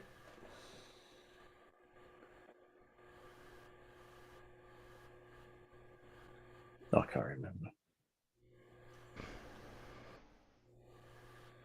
Let's put the diagram up.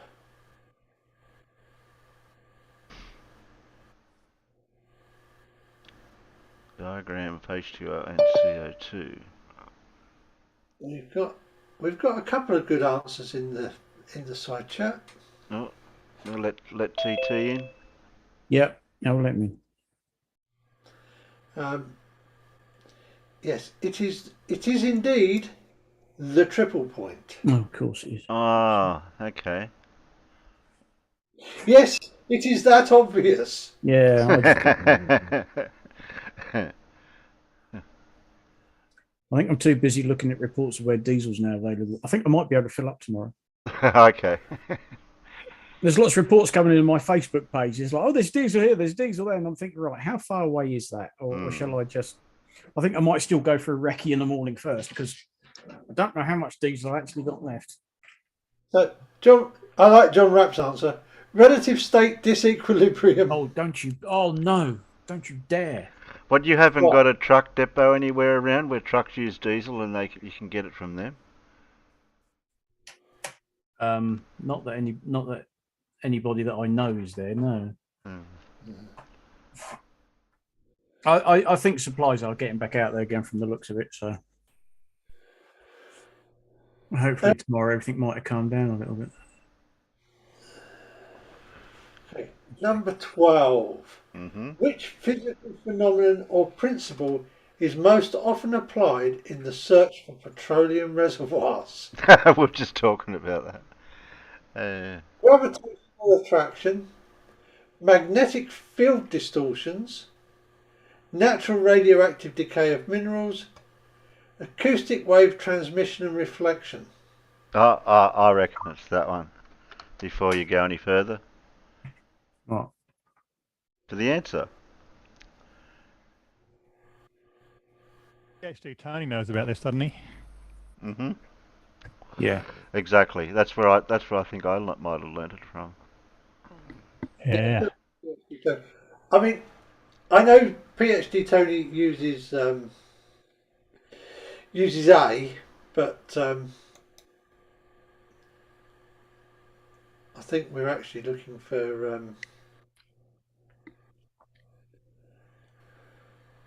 I think PhD Tony uses A to tell the survey ship where to go to do D. Well, anyway, it does say the most often used, so maybe acoustic waves trumps it. Yeah. What? Paul was wrong. What's that? Well, no. Most often applied, rather than. Yeah.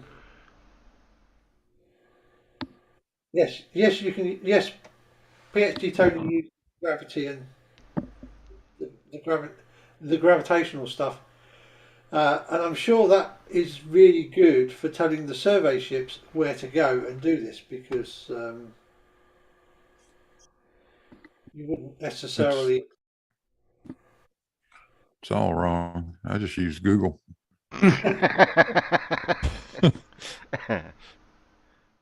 Well, that's what Farmers is doing. No, I'm trying to find out where all these bloody garages are around Milton Keynes. Yes. Yeah, you're searching for petroleum reservoirs using Google. well, damn it! Come on. Yeah, well, actually, the petroleum's not a problem. It's the bloody diesel. Diesel's petroleum, right? Well, yeah, but I generally, was hoping. Well, can't you go to your local fish and chip shop and get a old bit of barrel of to Tip run oil. your car? no, I'd rather not. I just wish I was a bit closer to the family farm and I could just nip around and say, Dad, do you mind if I just take some of your red diesel? Yeah, you're fine unless you then get stopped, aren't you? Yeah, and unless they do actually dip the tank and then go, oh, look, you've had red diesel in here.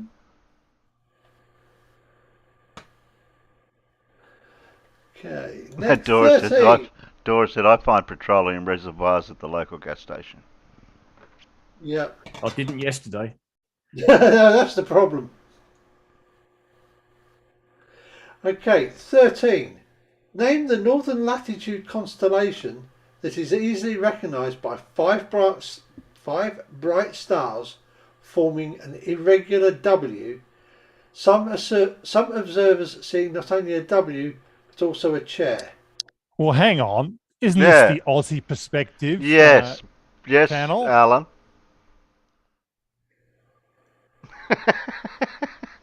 Hey, it's So a there's a problem here. Yeah, there is It a was a- problem. It was a southern hemispherist who wrote the question. So you know. No. Uh, Oh, yeah, no. One of the brightest novae on record appeared in this constellation in 1572. I don't think I was home that day. I wasn't.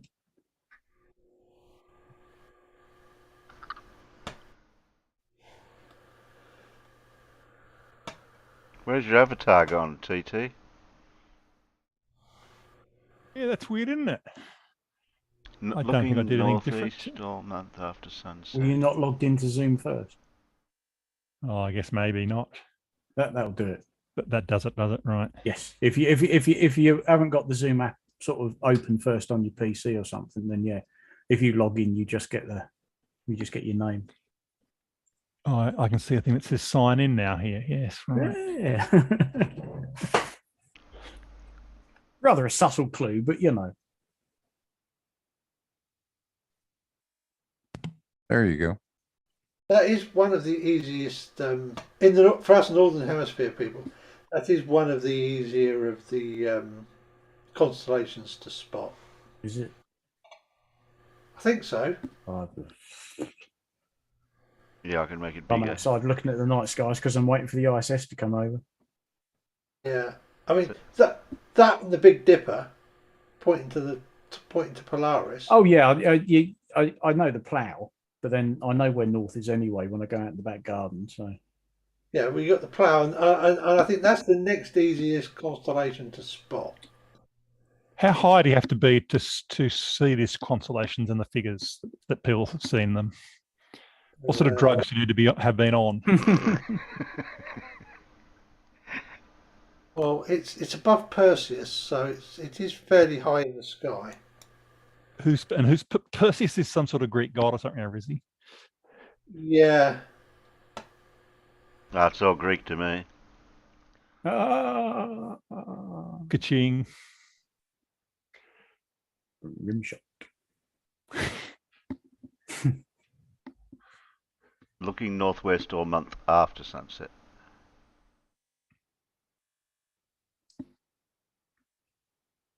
I don't know which month that is though, but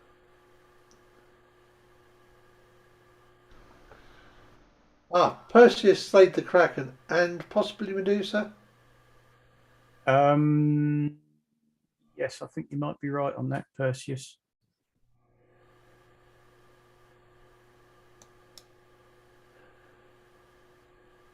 Oh, I think I. The answer is helium, neon, argon, krypton, xenon, and radon. Yep. Did I get it right? Yeah, it seemed to have. It seemed to. Oh,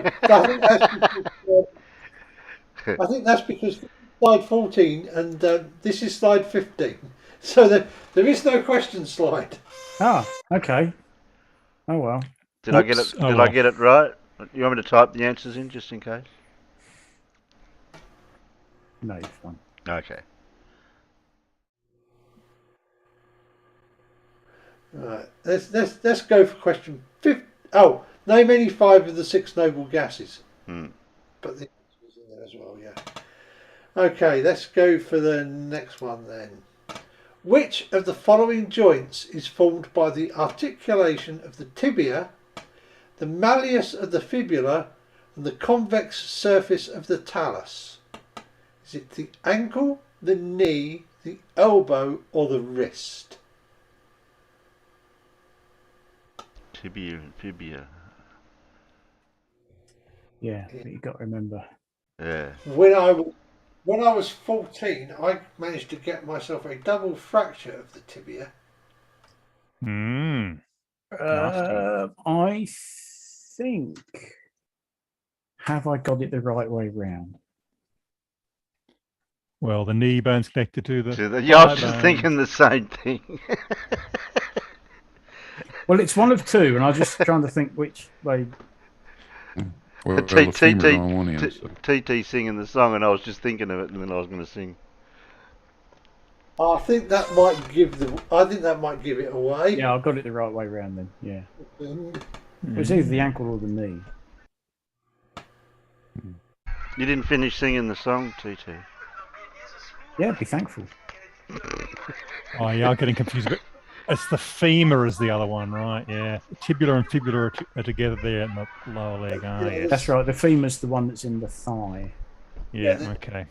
The femur's in the Yeah. thigh. The tibia is the one that's down the front, and the fibula is the one that's down the back. Yeah. No, fibula's on the outside, not down the back. Well, that Broken diagram would ankles. disagree with you. Yeah, sorry, I thought I said the tibia was in the front and the fibula was in the back, but the tibia is the one. The tibia is your shin bone. Double fracture, full length cast for 9 months. Mm. Not pleasant. The answer, of course, being the ankle. Okay. Two steel balls are set at a distance s from one another. As the mass of one of the balls is doubled, the gravitational force of attraction between them is quartered, halved, doubled, quadrupled.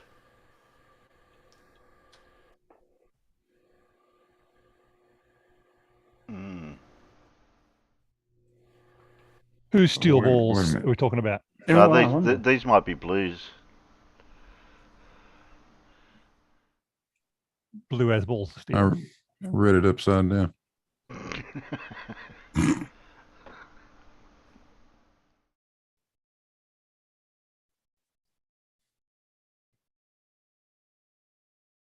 No, I wouldn't have never worked it out with all that.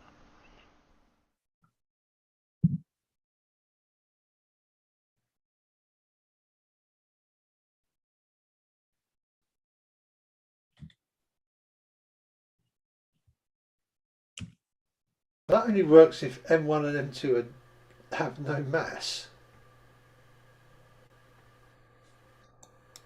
So the answer, of course, is doubled. Yay. Dora, Thurston, Clive. That's 15. That's 16.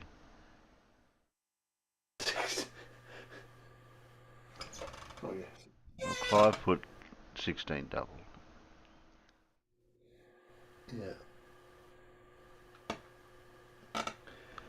Sean said quartered. In fact, he said what Blue said. Gary must get this one. Yeah, where are you, Gary? You should be answering these questions. In fact, he says, math with letters. Yeah. Thurston, yes, people are hacking the questions. Because the whole quiz might be available somewhere on the interwebs. Hmm. Okay, question 17. What percentage of the sun's mass has been converted to energy?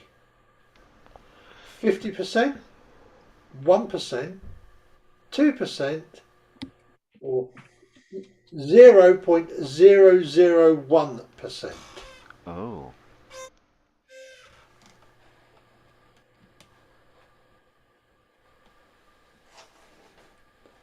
Okay.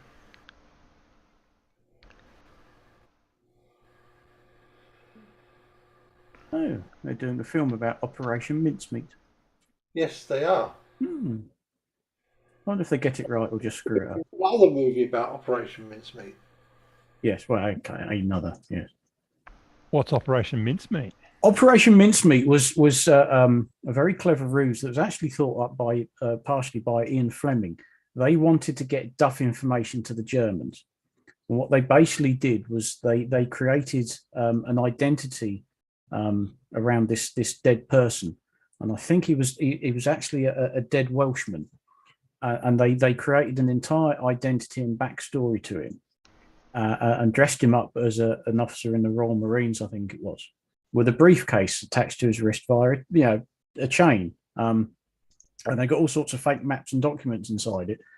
And they kept him on ice, and they took him via a submarine in the Med. And I think it was off the Spanish coast, because they were fairly certain that various agents there in Spain were passing the information on to the Germans. So they basically hoiked the body out, let it float to shore. Briefcase is found by the Spanish. Spanish go, cool, yeah, the Germans will want to know all of this, and fed all the duff gen to the Germans. Oh, spoiler alert.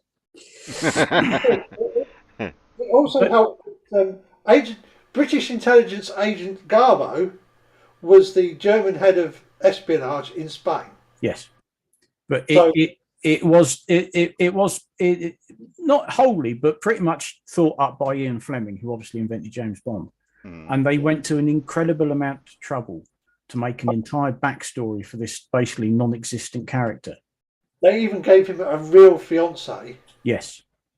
And he even had cinema tickets and stuff. Oh, yeah. It's everything to make it look as real as possible. Ticket stubs in his pocket. They'd been to the cinema, 2 tickets. I think there was a letter from his fiance or something, They'd worked on this for months to create this entire believable backstory to make the person seem as real as possible. Press play, Terry. And anyway, let's. Yes. I can't press anything, Blue. No. There we go. The answer is D. I think. Yeah, I got D. I got D. It is an incredibly small percentage, but then when you think how big the sun is. Yeah. But that says lost less than 0.1%.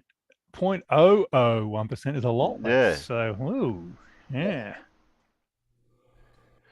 So I think Anyway, it's going to be I going got for it a lot wrong. longer, since it's been going for what, 4.5 million years. Billion with a Billion. B. Oh, billion was it? Which, That's not what determines it, though. no. Okay. 18. Which of the following scientists explained the photoelectric effect? A. Einstein, B. Planck, C. Bohr, or D. Chadwick? I'm going to go for that one this time. I always found C quite dull. They won a Nobel Prize for it. You did.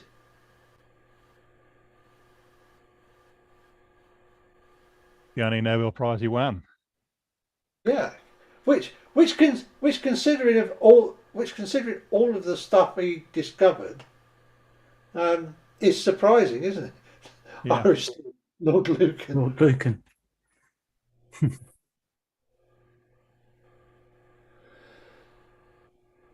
So I think we've mostly got. I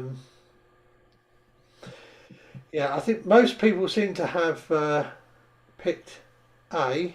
Oh, was it? I don't know. No, Yeah. he's not saying It which was one's right. He's just saying how many people have picked. Well, yeah, there's a lot of people. Certainly in the side chat, we seem to have quite a bit of A.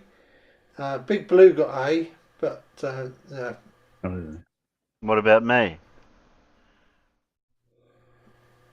Terry got C, which is unfortunately not right because it is A. It was Einstein. That was Didn't know that. Einstein. Yeah, he got. Let's say this was what he got his Nobel Prize for, not general or special relativity. Okay. I mean, they say that you've got to have your ideas tested by time before someone will say, "Oh, yeah, it's worth a Nobel Prize." But Einstein was still alive when they sort of found everything was working with relativity, right? So yeah. Well, yeah, I mean, Well, he published the theory in 1915, and Eddington did his deal in 1919. That's only 4 years later. That was pretty much confirmation. Right. Yeah. So he was robbed. Yeah. But the problem was there's only 2 or 3 ways you can prove it in those days. Yeah. Right. The eclipse was one of them. The precession of Mercury's orbit was the other. I forget what Einstein's, what the third one was now. But it wasn't done for many years. Time dilation with atomic clocks, but that was way later in the piece. Yeah, something like that. Okay, number 19. Which of the following four geologic periods, which is the Devonian, Silurian, Permian, or Jurassic? There's 2 of these I always get the wrong way around. I bet I've done it again.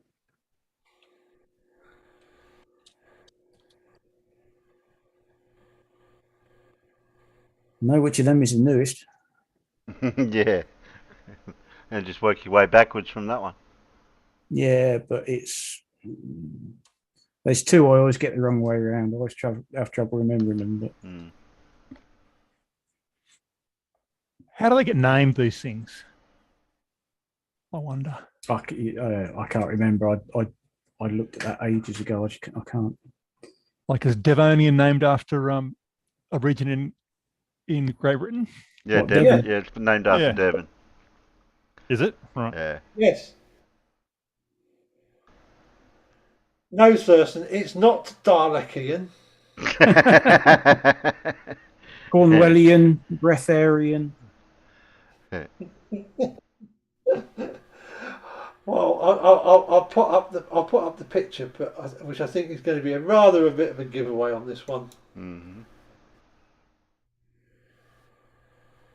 Yeah, I did get it the right way around because I do struggle because there's some silly bloody names in there.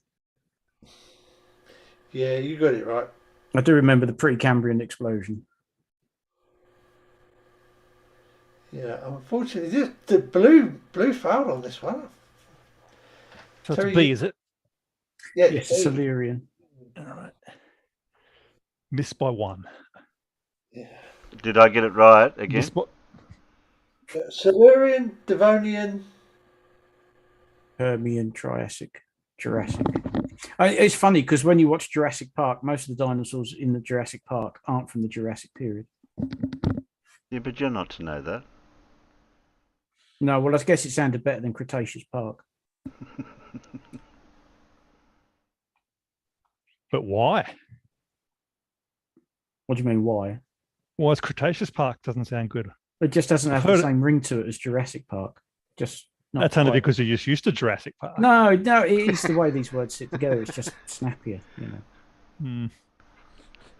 But it is particularly ironic that just about every dinosaur you see, particularly in the first film, because it all gets a bit silly up when you get to the third one, the vast majority of the dinosaurs shown are actually from the Cretaceous. And even then, they're so spaced so wildly far apart that a lot of those dinosaurs would never have met, back in the day. Oh, yeah, but we're mucking around now. We can make them meet. Yeah. Well, They would have never met humans either. well, of course not. Okay, so question 20. Of the following, which is not a bacterial disease: A. Strep throat, B. Herpes, C. Bubonic plague, D. Diphtheria. Herpes the love bug. My favourite movie. Which one? The original. Can't remember how old I was, but I think that's probably the first movie I ever saw.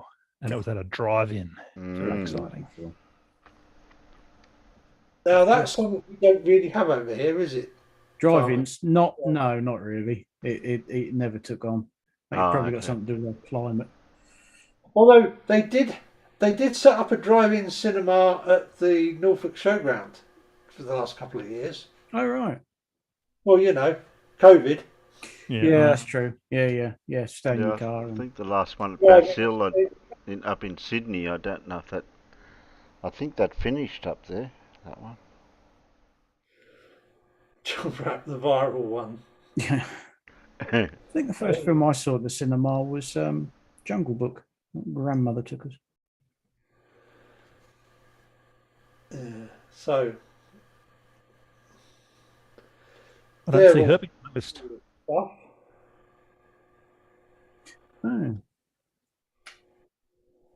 I don't see Strep Throat either. So and there Oh, we so have it. The bubonic answer. plague was a well, there's Plague. the plague. Yeah. So which one's not? Hmm. It's that one. Okay. Herpes the love bug then. Yeah. There you Herpes. go. I didn't know it.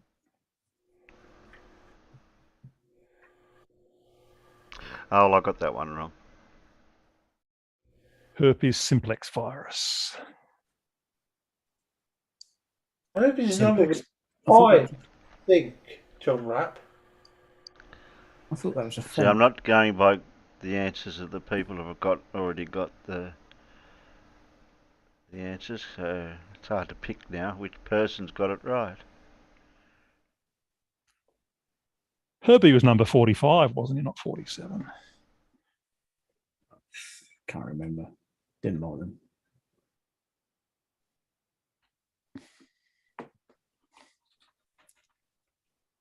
And that is the end of the slideshow. Well, thank you very much Hey, for thank you, Alan. rescuing us there, Alan. Yeah, And booyah sucks to those who were cheating. yeah, that's it. Those ones out there, you know who you are. You know who you are, yeah. Which is good because I can't remember who you are. Yeah, I know. I can't scroll back that far. Well, we're both wrong. Herbie was 53.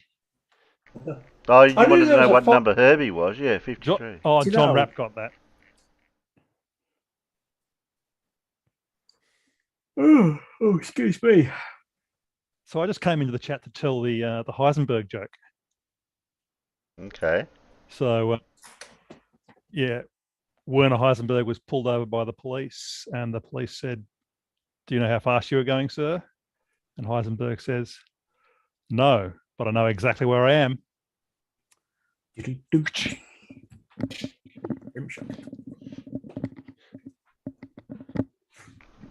You're very proud of that one, aren't you? Yes, it's not my own, but it's a good nerdy joke. I know. It is. Yeah. Has limited audience.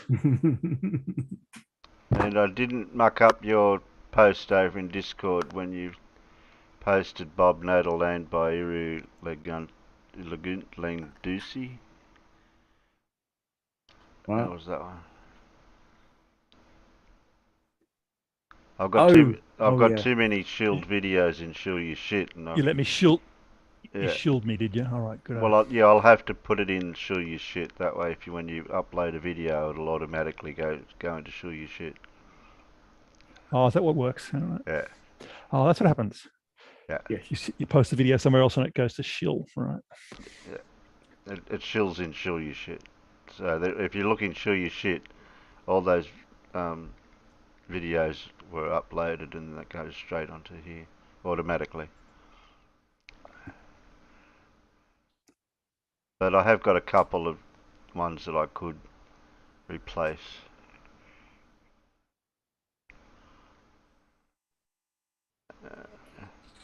Flat Earther has actual proof, Simon Dan. I'll grab that. I'll grab that one. Yeah, don't get too excited. Okay, I won't. Good man.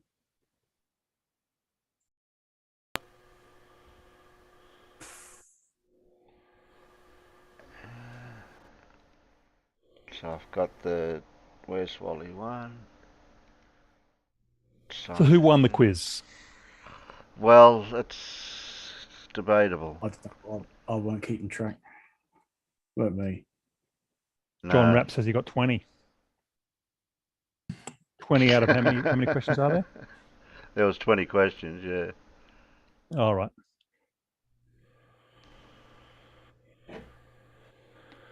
Someone got -2. Do you get points taken off for wrong answers in this quiz? That's harsh. Yeah, you got to score yourself. Right.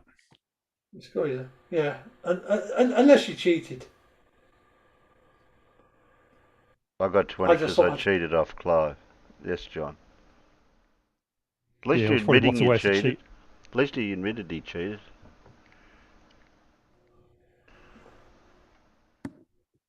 You others out there should lose their spanner. Or when you log into this channel, is Google blocked on all devices in your house? No, No. Right. Okay. you've just got to be honest and not Google. Yeah, because what would the fucking point be? Exactly. You didn't get any flurfers turn up to your live streams, Blue? They they have one day, one time they did.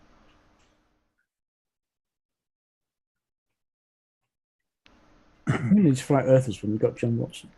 Yeah, I'd have to I'd have to get your video and edit the bit out of it then, wouldn't I, Blue? If you said there's What? one time. In one of your Oh, I'm talking about your recent ones you'd been doing. You won't find too many flurfs in there. Okay. No. What are we looking at? This is the village where I live. Oh, Didn't you know Norfolk enchants? No fucking chance. Yeah. No, Norfolk okay. enchants. Norfolk is enchanting. And if you What do say you mean no enough, fucking Norfolk chance? enchants. No Hey, fucking swear chance. Jar. Oh, sorry. I'm fucking sorry. That's that's 18. That's 18 images all Spliced together. lost together. That looks like some very good land there. That looks better than my father's, I have to admit. That is. CGI. Well, we're about halfway up the hill from the Yeah. river. Well, you know that if those images are spliced together, that means that is not real.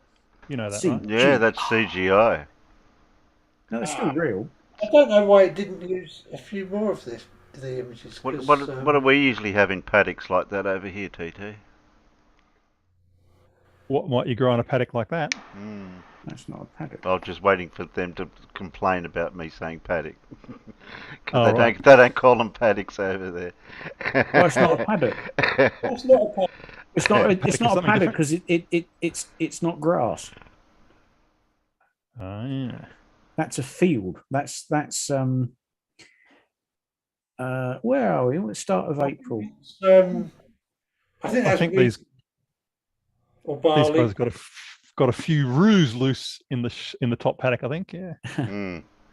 Yeah, that would have not too long had the spring cropping. Generally, I'd guess it'd be spring barley. Yeah, would have put some wheat in that. But, yeah. Well, I'm just trying to think. Dad doesn't usually do spring. If he puts a cropping in the spring, it's usually barley.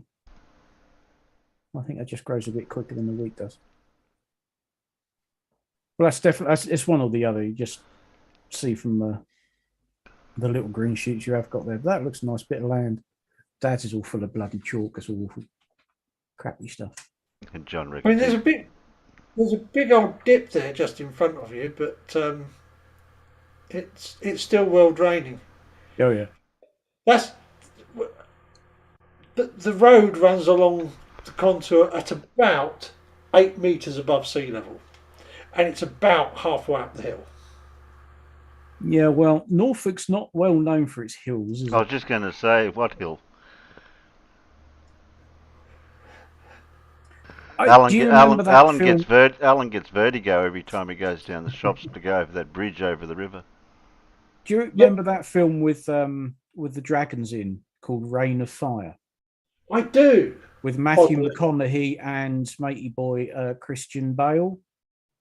Yes. When they first announced they were going to be filming it, and they said, "Oh, it's set in Great Britain and it's going to be set in the mountains of Norfolk." The what? Exactly. The And where? this was genuine. This was whilst they were still sort of planning the film, and they'd made this announcement. This was the upcoming film, and it was going to be filmed in the hills and mountains of Norfolk. And then I think somebody took somebody aside and said, "Have you ever actually been to Norfolk? Are you familiar with the UK at all?" And all of a sudden, it wasn't happening in Norfolk. It was was it the Lake District, or did they go even further north than that? But it's like you've selected the flattest part of the bloody country to have this film starting in a mountain range, you know. So yeah, that was quite comical.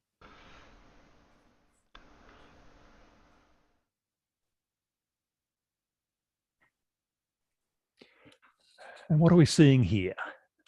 That's a war memorial. That's the village war memorial. All right. You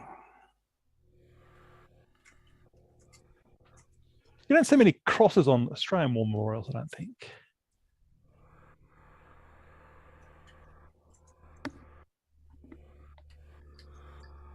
Although that's not the original location where it was erected.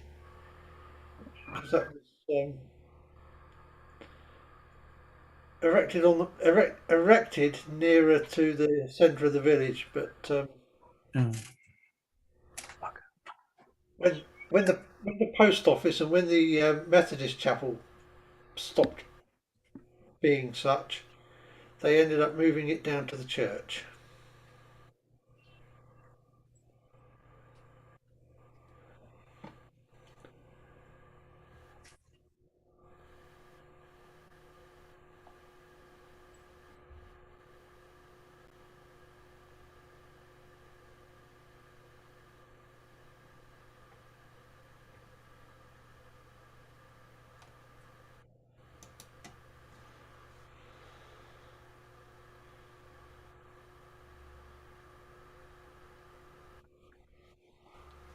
I just filling time while Terry was finding pictures. I'm all ready to go. I've only got those 2 videos.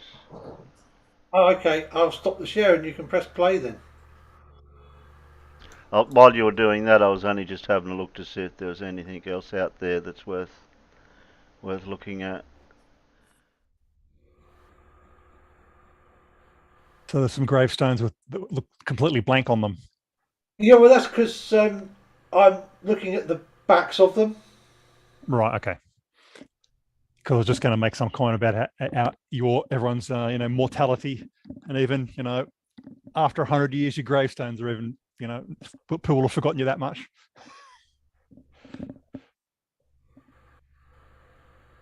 Okay. It might be a short I've been one. I've been to a few old graveyards in this country, and you can see I can't even read the names on this now. You can see a date, probably they did 100 years ago. Oh, we've got stuff like that over here, but they're much older. Whoa! I'll get rid of that. Now we're seeing behind the scenes. Yeah. Oh no! Just show.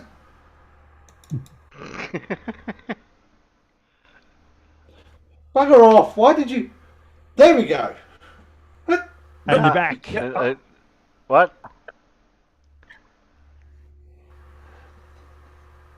I have to make it bigger on mine. I can't read it. Sacred to the memory of Mary Ann, the beloved wife of William Manship, who died November 12th, 1858, aged 69 years. Can't quite make out what it says on the bottom unless I zoom right in.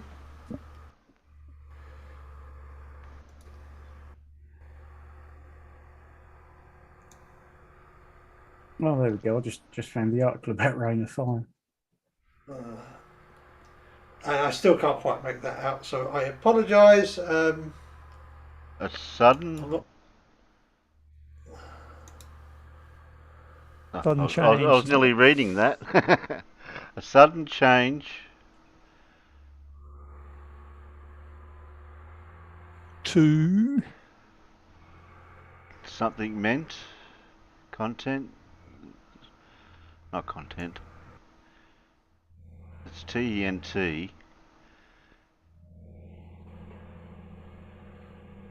Sudden change. So- Fell.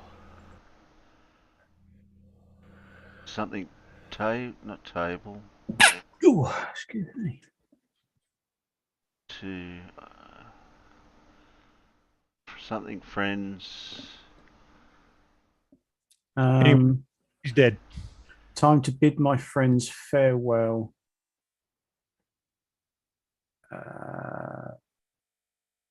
Not Something strange. not strange.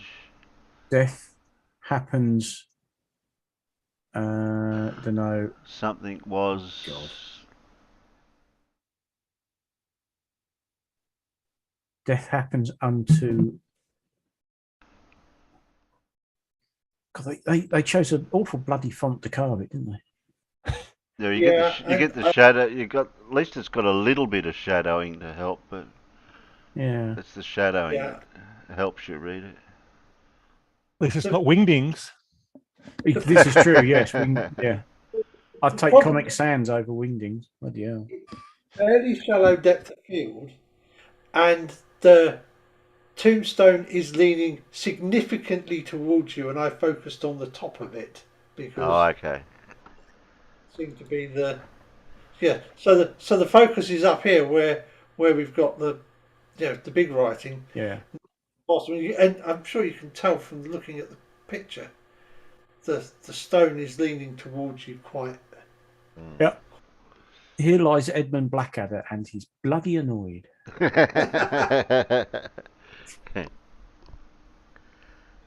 What's the other one? I told you those weren't mushrooms.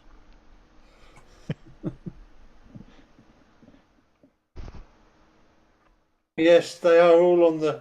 They are all on the. They are all on the yoke like that in that section of the graveyard. I believe the technical term is on the piss. Yeah, I was trying to be polite.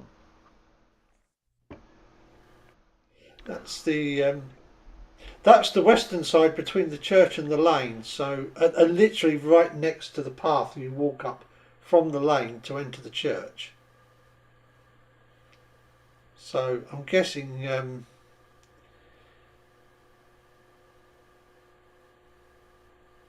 these were people from fairly significant families. In fact, I know because the Nichols family are still. I believe there are still Nichols in the village. Mm. Even those who are, even though this gravestone is 1862.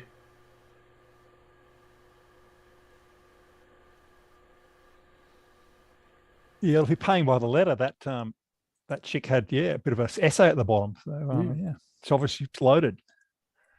Yeah. My mother-in-law's still alive, but she's got her gravestone already erected next to her dead husband, and just waiting for put the date on. I guess right. you get you maybe get a discount when you bury your husband. Fair enough. I don't care what they do with me when I'm dead. I'll be dead. You won't be able to. You won't complain. I will be in no position to say, "Oi, no, hang on a minute." Well, my mother has decided that she doesn't even want a funeral. Okay. Yeah, well, funeral's not for her. So yeah, I think my wife said something like that as well. I said, too fucking bad. We're having one. If you go and I'm still here, I'm having one. Well, both me and my sister have agreed to go with what my mum wants, so. Yeah, I mean, maybe I'm being disrespectful of dead, but my wife's not dead yet, so yeah, I can disrespect her. Oh, Mum's 95, so she's doing well. Yeah, wow. My mother-in-law's 99 this year. Whoa. Anyway, do we Yeah, I'm just do we waiting. want I'm just waiting for you. That's it. So Well, the quick. something So we've was- got the 1 minute 53 from Wally, and then we'll finish off with Simon. Cool. Oh, not that one. That one.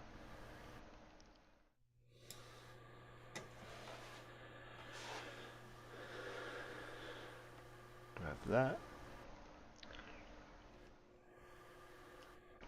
Put that over there. So you played that And- video earlier, did you? Because I was just watching that tonight, actually. Oh, That's you pretty were. funny. Oh, you already seen it. Yeah. Or no spoilers. Oh no, this one you're talking about no, the This isn't the full thing. This is the little bit that Where's Wally pulled. Yeah, Wally. oh, Wally okay, just- cool. It's a little highlight from Wally. All right. Yeah, No, I'd love the to see whole, what the Wally whole, had. because they were going for about an hour, weren't they? The two Yeah. Daves, and it is just hilarious. Yeah, speaking of Wally, where's Wally? I haven't seen him for a while. Usually he's in the side chats. That's yeah, that's true. Where's Wally or where's Wally? Where's Wally? Okay. Well, that's his maybe- name. I know. Maybe Blue could explain why it's Where's Waldo in America. I don't know.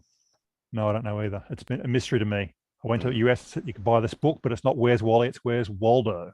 Mm. Beats me. Yeah. What's the four-letter word that starts with PTT? A four-letter word that starts with what? Sorry. P. P. Be P. careful. Be careful. Oh, jeez. Does he Press want play, to, Jerry. I think he needs a hint. Yeah, press play, please. Okay.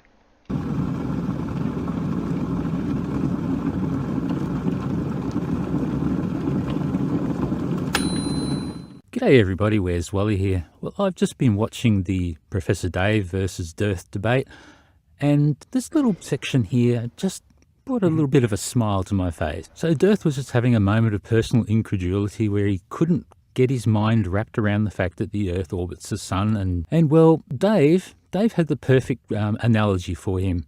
And, well, look, Wally's going to be a little bit of a dick because I totally laughed at this point, and I think you will too. So the link for this debate is in the description as always, but yeah, just enjoy this like I did. We all like these moments when people like Dearth are just totally stumped. You think that we're spinning at 1,000 miles an hour and we don't feel it and we're changing, we're changing directions? How is that possible? How about when the Earth comes around comes around towards the sun in the winter, in our northern winter, it's speeding up and taking its sharpest turn, and then we don't feel any of those forces? Its sharpest turn. Okay, so this one's really hilarious to me. So the sun goes around the Earth, the Earth goes around the sun in how long? How long does it take? A year. A year, right? So why don't you go ahead and get in a car and do a 360 turn and make it take a year? Are you going to feel that? Dave, that's not a Let's fair... break it down. 360 degrees, 365 days, that's about a degree a year, right? Why don't you get in a car and drive for 24 hours and over 24 hours veer by 1 degree? Are you going to feel that? That would be equivalent to this. People say, "Oh, I'm just trying to think of the easiest way." I'm just trying to think of something to say that will make sense. Stop being a dick. Stop being a dick. That's rich coming from you, Bert. Yeah, I loved how for the interview he tried to do the don't talk over me, don't talk over me. That's the theme that's all I can fall back to. Oh, you're being rude, Yeah. As you get slaughtered in a debate. Yes. Complain about someone being rude. And all of his supporters. And if were you raise your saying- voice or anything like that, oh, you're getting scared now, and all that sort of stuff. You don't even have to raise your voice, and they'll be saying, "Oh, calm down." You go, what? Yeah, calm down. Any calmer, I'm going to fall asleep. Any calmer, obviously. Yeah. Because they've got nothing to come back to the points you've made, so they just have to throw these things in like, "Oh, calm down," or "You're over talking," and it's like, yeah, really. It's quite sad. Oh, I was listening to Globus on. Oh, it gives you a headache, that guy. Yes.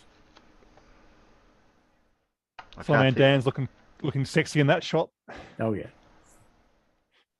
Press play, Jerry. Yep. If not diverse. Well, it tries to be. It's not my fault that most content producing flat earthers are men. Well, today we take a look at our 4th ever female flat earther who has some proof for us. Could this person finally prove flat earth, or will it be the same old rubbish they always peddle? Keep watching to find out. Military question. Place your bets now.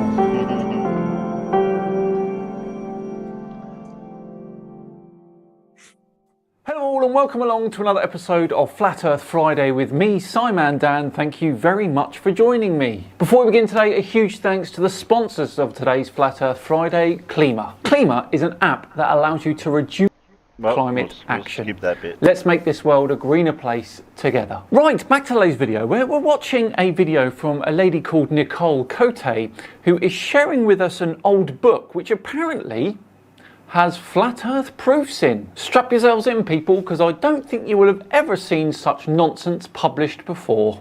Hey everyone, it's me again, Nicole, and in today's video we're going to be talking about this book, The Enlightenment of the World. I already probably brought it up on one of my other videos from like years ago, but I don't really think I ever made a full video about it.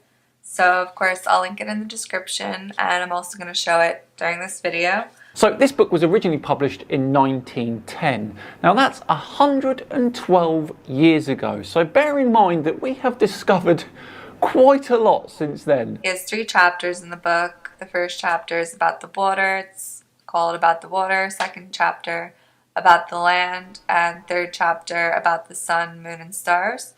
And I'm just gonna like skim through the book for you guys on the screen and kind of pause at the interesting parts. And by interesting, I assume you mean amusingly wrong. Here you can see it's Asia, Europe, and America, showing the sunrise, the moon, and the sunset. These 2 proofs on the screen here show that first, that the sun is very high, and the second shows that the sun is smaller than the earth, for if it is larger than the earth, the people in Europe would see the sun above their heads, while the people in America would see it above their heads, and both at the same time. What? If the sun was larger than the earth, then we'd be seeing it at the same time, all of us. Is that what you're saying here? Here's a little explanation of the chart. The Indian is looking at the proof of the parasol. He compares the sun with the parasol by saying that if the parasol were large enough, I could see it here above my head too. Also the same with the sun. If it were large enough, it could cover the earth, and the people, no matter where they were located, could see it at the same time above their heads. Okay, hang on. Even if the sun was really close to earth and was as big as it is now, then the people on the other side of the earth still wouldn't see it, would they? It's like Mercury, that's really close to the sun, but it's still got a night side. However, all of that is irrelevant because the sun, of course, is 150 million kilometers away. And then I also found this article. This was something new I haven't seen yet, so I thought it was pretty interesting. I'll also put this down in the description for you guys. It's about Professor John Abizaid with his sun and moon dial. You could see a photograph of him here. He has quite the funny mustache, I'll say so myself. It's rather large. I think that was the style back then. What's interesting about this article though is it's saying the lunar eclipse actually once each month. I was reading through this and he goes on to say that the lunar eclipse, according to the astronomers, was scheduled for the 15th of July, the first total eclipse of the moon in this section since 1927. The real lunar eclipse, however, according to the professor, began last Friday evening and it has been continuing all this week. It will become total Saturday night and will continue its totality until August 3rd. Okay, hands up if you think he's talking about a new moon here, which of course is not a lunar eclipse. Now, on average, we get about 2 lunar eclipses every 3 years. Now, that's because the moon's orbit is actually at an angle of about 5 degrees. Now what's confusing, of course, is that we knew quite a lot about lunar eclipses in 1910, in quite some detail as well. Furthermore, says the professor, that there is no need to get steamed up about lunar eclipse because instead of coming at rare intervals over a period of years, as some so-called astronomers, again according to the professor, would have us believe, it actually comes once each month. Imagine actually reading this and not realising he was talking about a new moon. The moon disappears nearly a week each month, he says. It moves in the same direction as the sun, and it is the rays of the sun which cause the moon to disappear. The sun always moves faster than the moon, and the sun overtakes and goes ahead of the moon once every month while going in the westerly direction since Adam and Eve, but no one but himself discovered that fact until he hit upon it August 31st, 1932. So this is kind of weird. I'm guessing he's talking about the fact that he thinks the eclipse is happening actually every month, and it's actually silly that we make such a big deal out of the eclipses because they're way more common than we're told. Even though they are new moons, which are very common and we don't make a big deal out of. There has to be some sort of dark body in the sky. I'm not sure if he even mentions that, or if this article wanted to mention that. I don't think it did because I read through the whole thing. Another part of it that I wanted to mention was the hub of this Earth, the professor will tell you, is the North Pole. His book contains a large map colored in black and white and red, illustrating his idea of the layout of the world.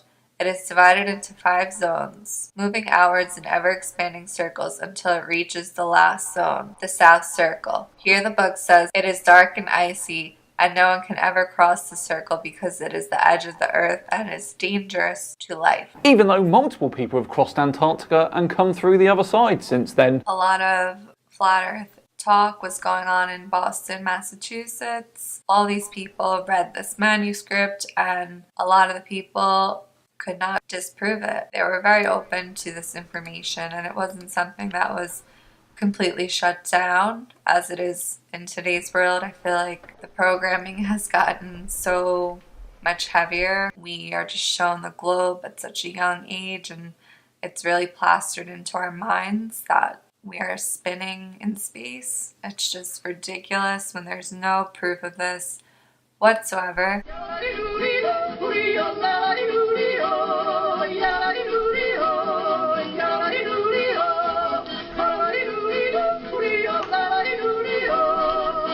Thanks, Bob.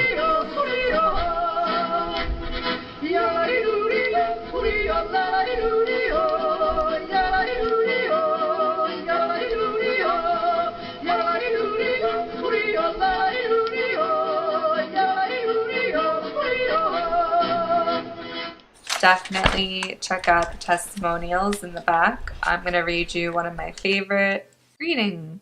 Your book, The Enlightenment of the World, is before me. Using the flag of the United States of America is a good plan. Proper words in proper places may lead us right. Water of the ocean is straight at its surface in long distances. Water flows from high to lower grades. May you go ahead and win great success in helping to overthrow one of the great delusions made by men of education. And how's that one working out? Because it's been a while, hasn't it? The sun is of less size than the earth. Were it not so, the rays of the sun would shine vertical upon all parts of the earth on the side of the earth toward the sun. During a number of years, I have known of the globe earth delusion being a failure. Prove it over and over again to increase the great army in favor of the flat earth facts. Honest doubters need education in flat earthism until they are wise and know that they know. Prove it in the most easy ways to reach as many as you can of thinking and knowing wise people. Respectfully, Orrin F. Hill, an architect. Thanks for that, Orrin. That was a do-your-own-researcher of his day, wasn't it? This was a testimony from someone by the Academy for Science in New York, New York.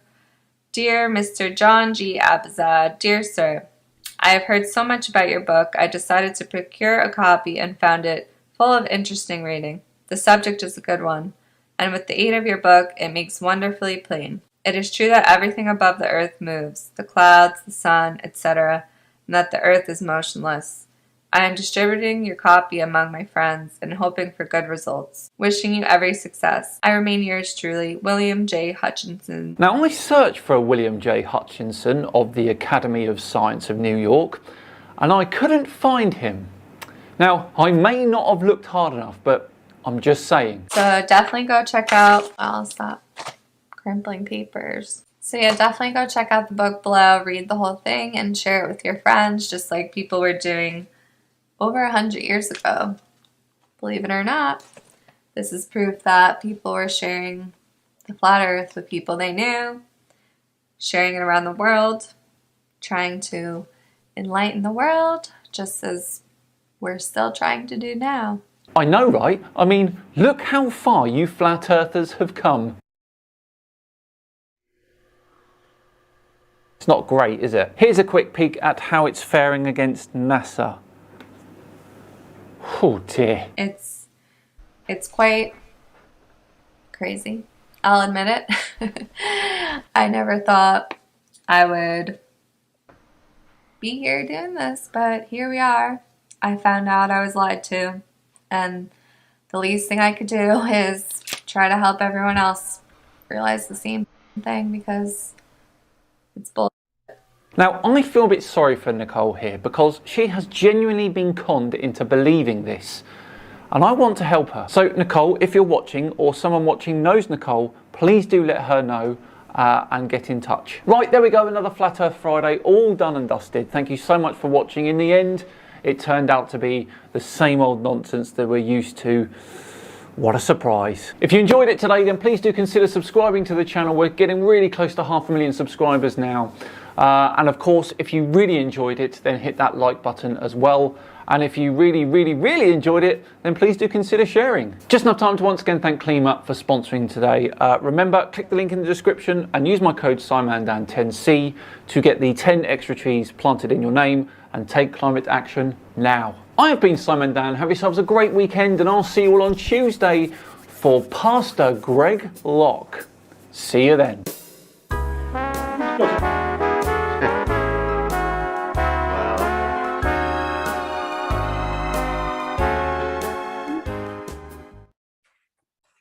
So did anybody else notice the big oops in that presentation she made in the book? Well, did she not say there's two chapters, and then said there was then there was three? No, actually, it was a bit later than that. It was published in 1910, wasn't it? Apparently. Yet he was discussing eclipses that happened in 1927 and 1932. So these predicted eclipses, or they got the wrong date, publication date? I don't know, but you know, it seemed a bit weird when suddenly they started talking about eclipses in 27 and 32. I thought that was in that news article that was talking about that. Well, it was in the bit she read out.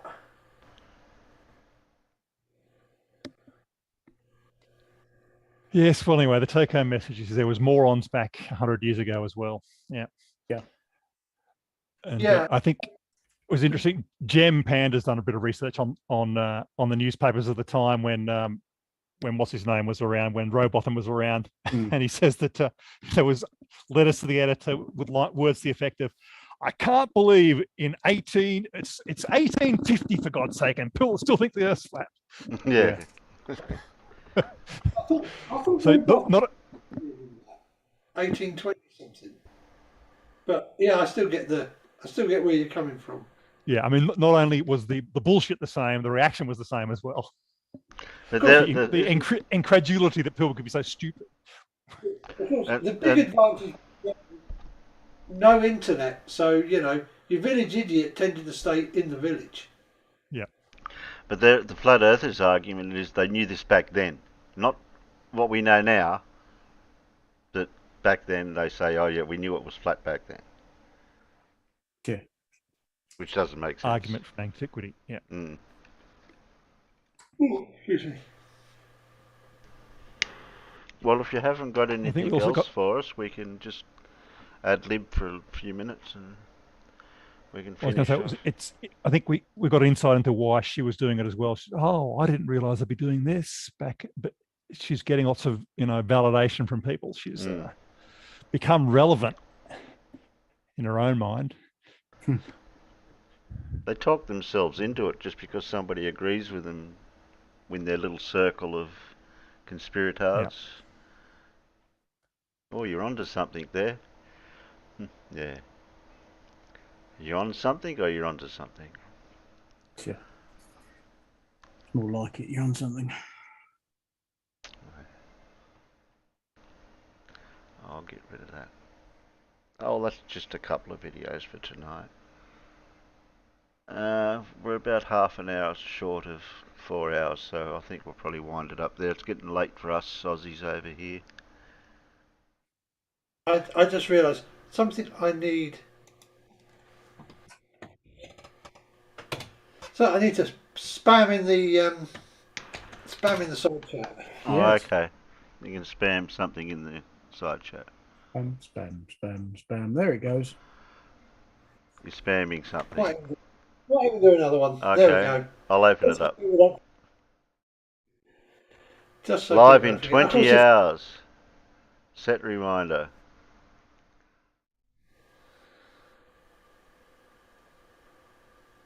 And just so the peanuts can see what the visual of it. There we go. we will be deconstructing the memes and also actually talking about the creation of the images. I think Okay. since it's, Yes, I've covered that. I've covered that bottom right one there because that really is a composite. Yep. Yeah. I don't want to spoil it, but Yeah. No, well, don't spoil it. Whoops. I've just spoiled it. Yeah. Well, if you're around tomorrow evening, TT, about 10, you're saying about 10 o'clock our time, Alan? That's 20 hours. Yeah. Well, it says 10 p.m. on the bit I can see, so I'm guessing 20 hours for New South Wales and Victoria. Yeah. And AC and Tassie. Yeah, Tassie's the same. But I don't think we've got anyone. Well, the only person I know from Tasmania is Scott. Haven't spoke to Scott for a while. Okay, I'll get rid of that. Get rid of that. Stop sharing. Oh well, you got a few minutes to spout anything you want, if you just want to.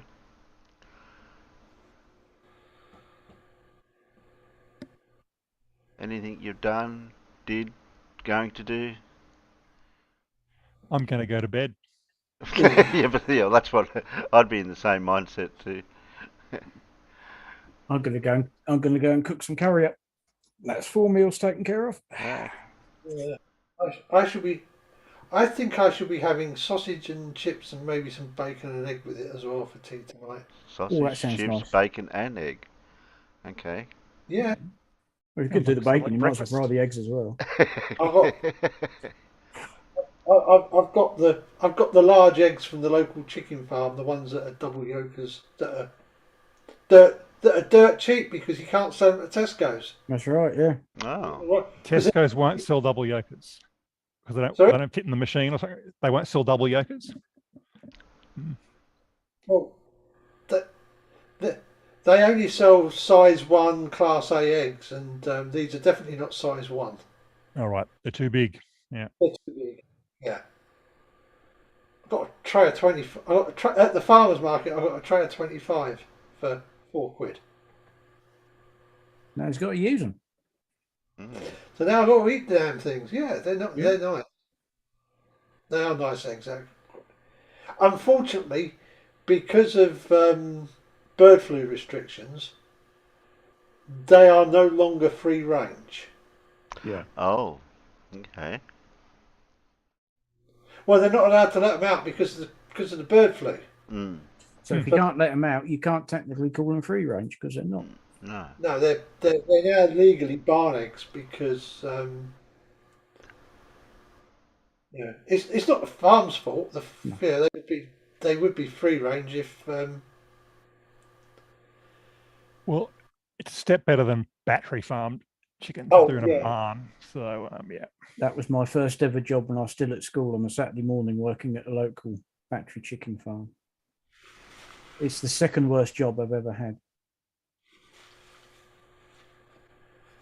Blue.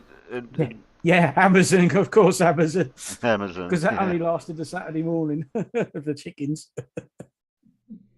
The conditions they live in, they're bloody awful. And when are you planning on doing another live stream, you think, Blue? Probably not until next week sometime. I'm not going to do another one this weekend. Okay. Because I have to get up maybe really, Monday. really early in the morning. Like, I know you're getting up for my show, but I'll have to get up early for yours. Yeah. Well, maybe Yeah. Monday. Maybe Monday. We'll see. Okay. Get some stuff prepared this time. See if we can stay on topic. well, maybe not have one and rumpus in at the same time. Oh, rumpus. Oh, okay. Oh, no. Utter.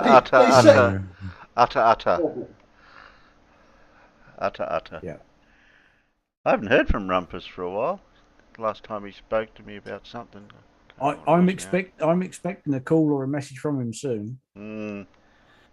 Because we're getting towards that time of year. I don't think we're quite there yet, but it won't be long before we'll be down by the riverbank again. So. Yeah, I just wish I could get over there, but I can't see Nathan driving me over. I can't see Nathan driving me over to. Well, no. If it's a weekend, maybe I can convince them to go visit their friends in Wiz Beach. Yeah, 'cause it's not a million miles away from there, is it?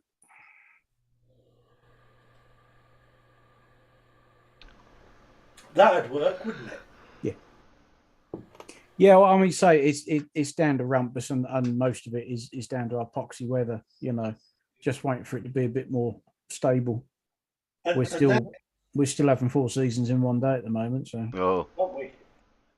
And now they got that. Now they got that van instead of the Mondeo. Can even get my power chair in there. Yeah. Which means I can actually get down the riverbank a little bit.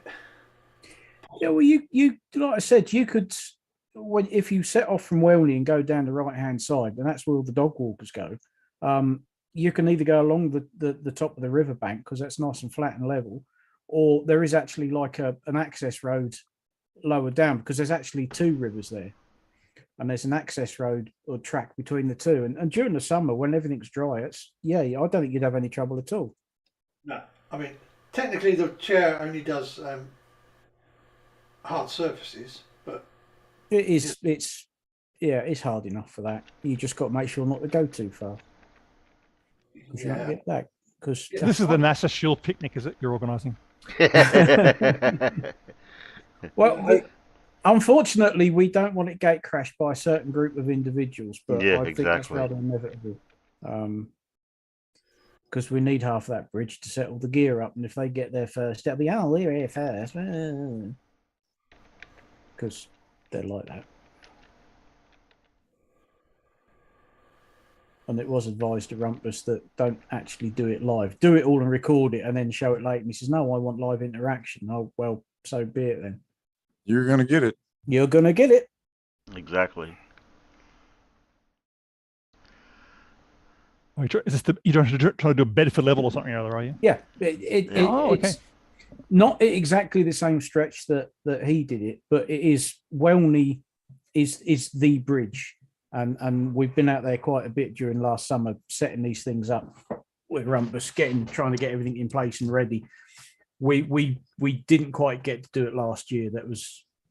We just sort of ran out of time, and then it was autumn, and then the clocks changed, and yeah.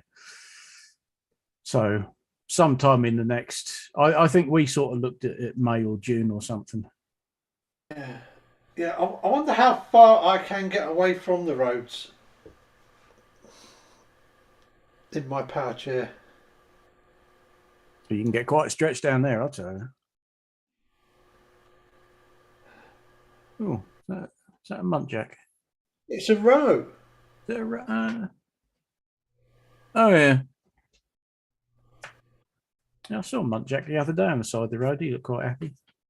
Didn't seem bothered by the traffic at all. Oh, fair play. So who's going to play Robotham in your Bedford level experiment? Who's going to refuse to look down the telescope? I don't know. I don't know. There's two cockbirds. Yeah. The problem is that from the Welney Bridge, all of our stuff's going on the right hand riverbank, which means we've got to be on the left hand side. You can't be in the middle because there's a bloody sluice gate in the way, sort of 100 yards down from the bridge. So you've got to pick your spot very carefully. But let's say most of it's reliant on the weather, but also the fact that I think we've got to go back and check out all the kit that's been sat on the riverbank since last autumn. So I'm not sure. Most of it should be okay, but I bet there'll be some repair work needed. Well, this will be interesting to see. Yeah. Yeah, it'd be nice to actually get it up and running and actually do it. I mean, Rumpus. Do your own research, man. Your Rumpus has put so much work into it. It's right. But it does take some bloody manhandling as well. I mean, the gear we're using, that's, yeah. What picture was that one? Yeah, stop sharing for a sec. Oh, hang on. Yeah, I've already done it. That's... There you go. Right. That's the view from Welney Bridge. And you've basically got a straight run. That river, drainage canal, whatever you want to call it, it does have different names. That runs straight for 6 miles. There is a bridge at the other end. I don't know what the lines were for. It's not, that was somebody else's doing. I don't know, but you can see that's the sluice gate that sort of gets in the bloody way. So you've got to pick your point, and all of our stuff will be on that right hand riverbank. But that river itself, that is a straight 6 mile run to the next bridge. Farmers, you can't get on the sluice itself, isn't it? Yeah, but there's not a lot of space, to be honest. The actual walkway is not very wide, and it's only going to be accessed for them to go and repair the gate if they need to. Yeah. So Welney Bridge is the right place, because if you look the other way from where this shot is taken, back the other way along the drain. No, I can't do that. Sorry, I can't turn the image around. The bit that Robotham used, there's just too many trees in the way. There's willows overhanging the water, and there's all sorts of crap. Whereas this, even those trees were. It was quite a good test. There was one day that Rumpus and his mate were down there putting this target up. I was on the bridge, and he said, "Can you see the target?" And I said, "No, there's a bloody tree in the way." But because of the foreshortening effect, he was several hundred yards the other side of the tree and didn't think it was a problem. But from where I was on the bridge, it was like, well, I can't see you. Where are you? The tree's in the way. Okay, I'll get rid of all that. I don't need that anymore. But it's taking some doing. I was going to say goodbye, Alan, but Alan... But he's dropped. I think he clicked on the wrong button. Well, say goodbye, Blue, because I'm going to drop too. Yeah, we're all going. Bye, Blue. Bye, Blue. Bye, Blue. Thanks for watching. Yeah, see you, Peanuts. See you, Peanuts. Good night, Peanuts. John Rapp and Dora's and Braineries and Bye, Thurston's, Peanuts. Clive's, Facties, Bye, Terry. Spooky. Bye, TT. Brainery. Carl, Brimfondle, Sean Hawkins. Stu. Stewie, yeah.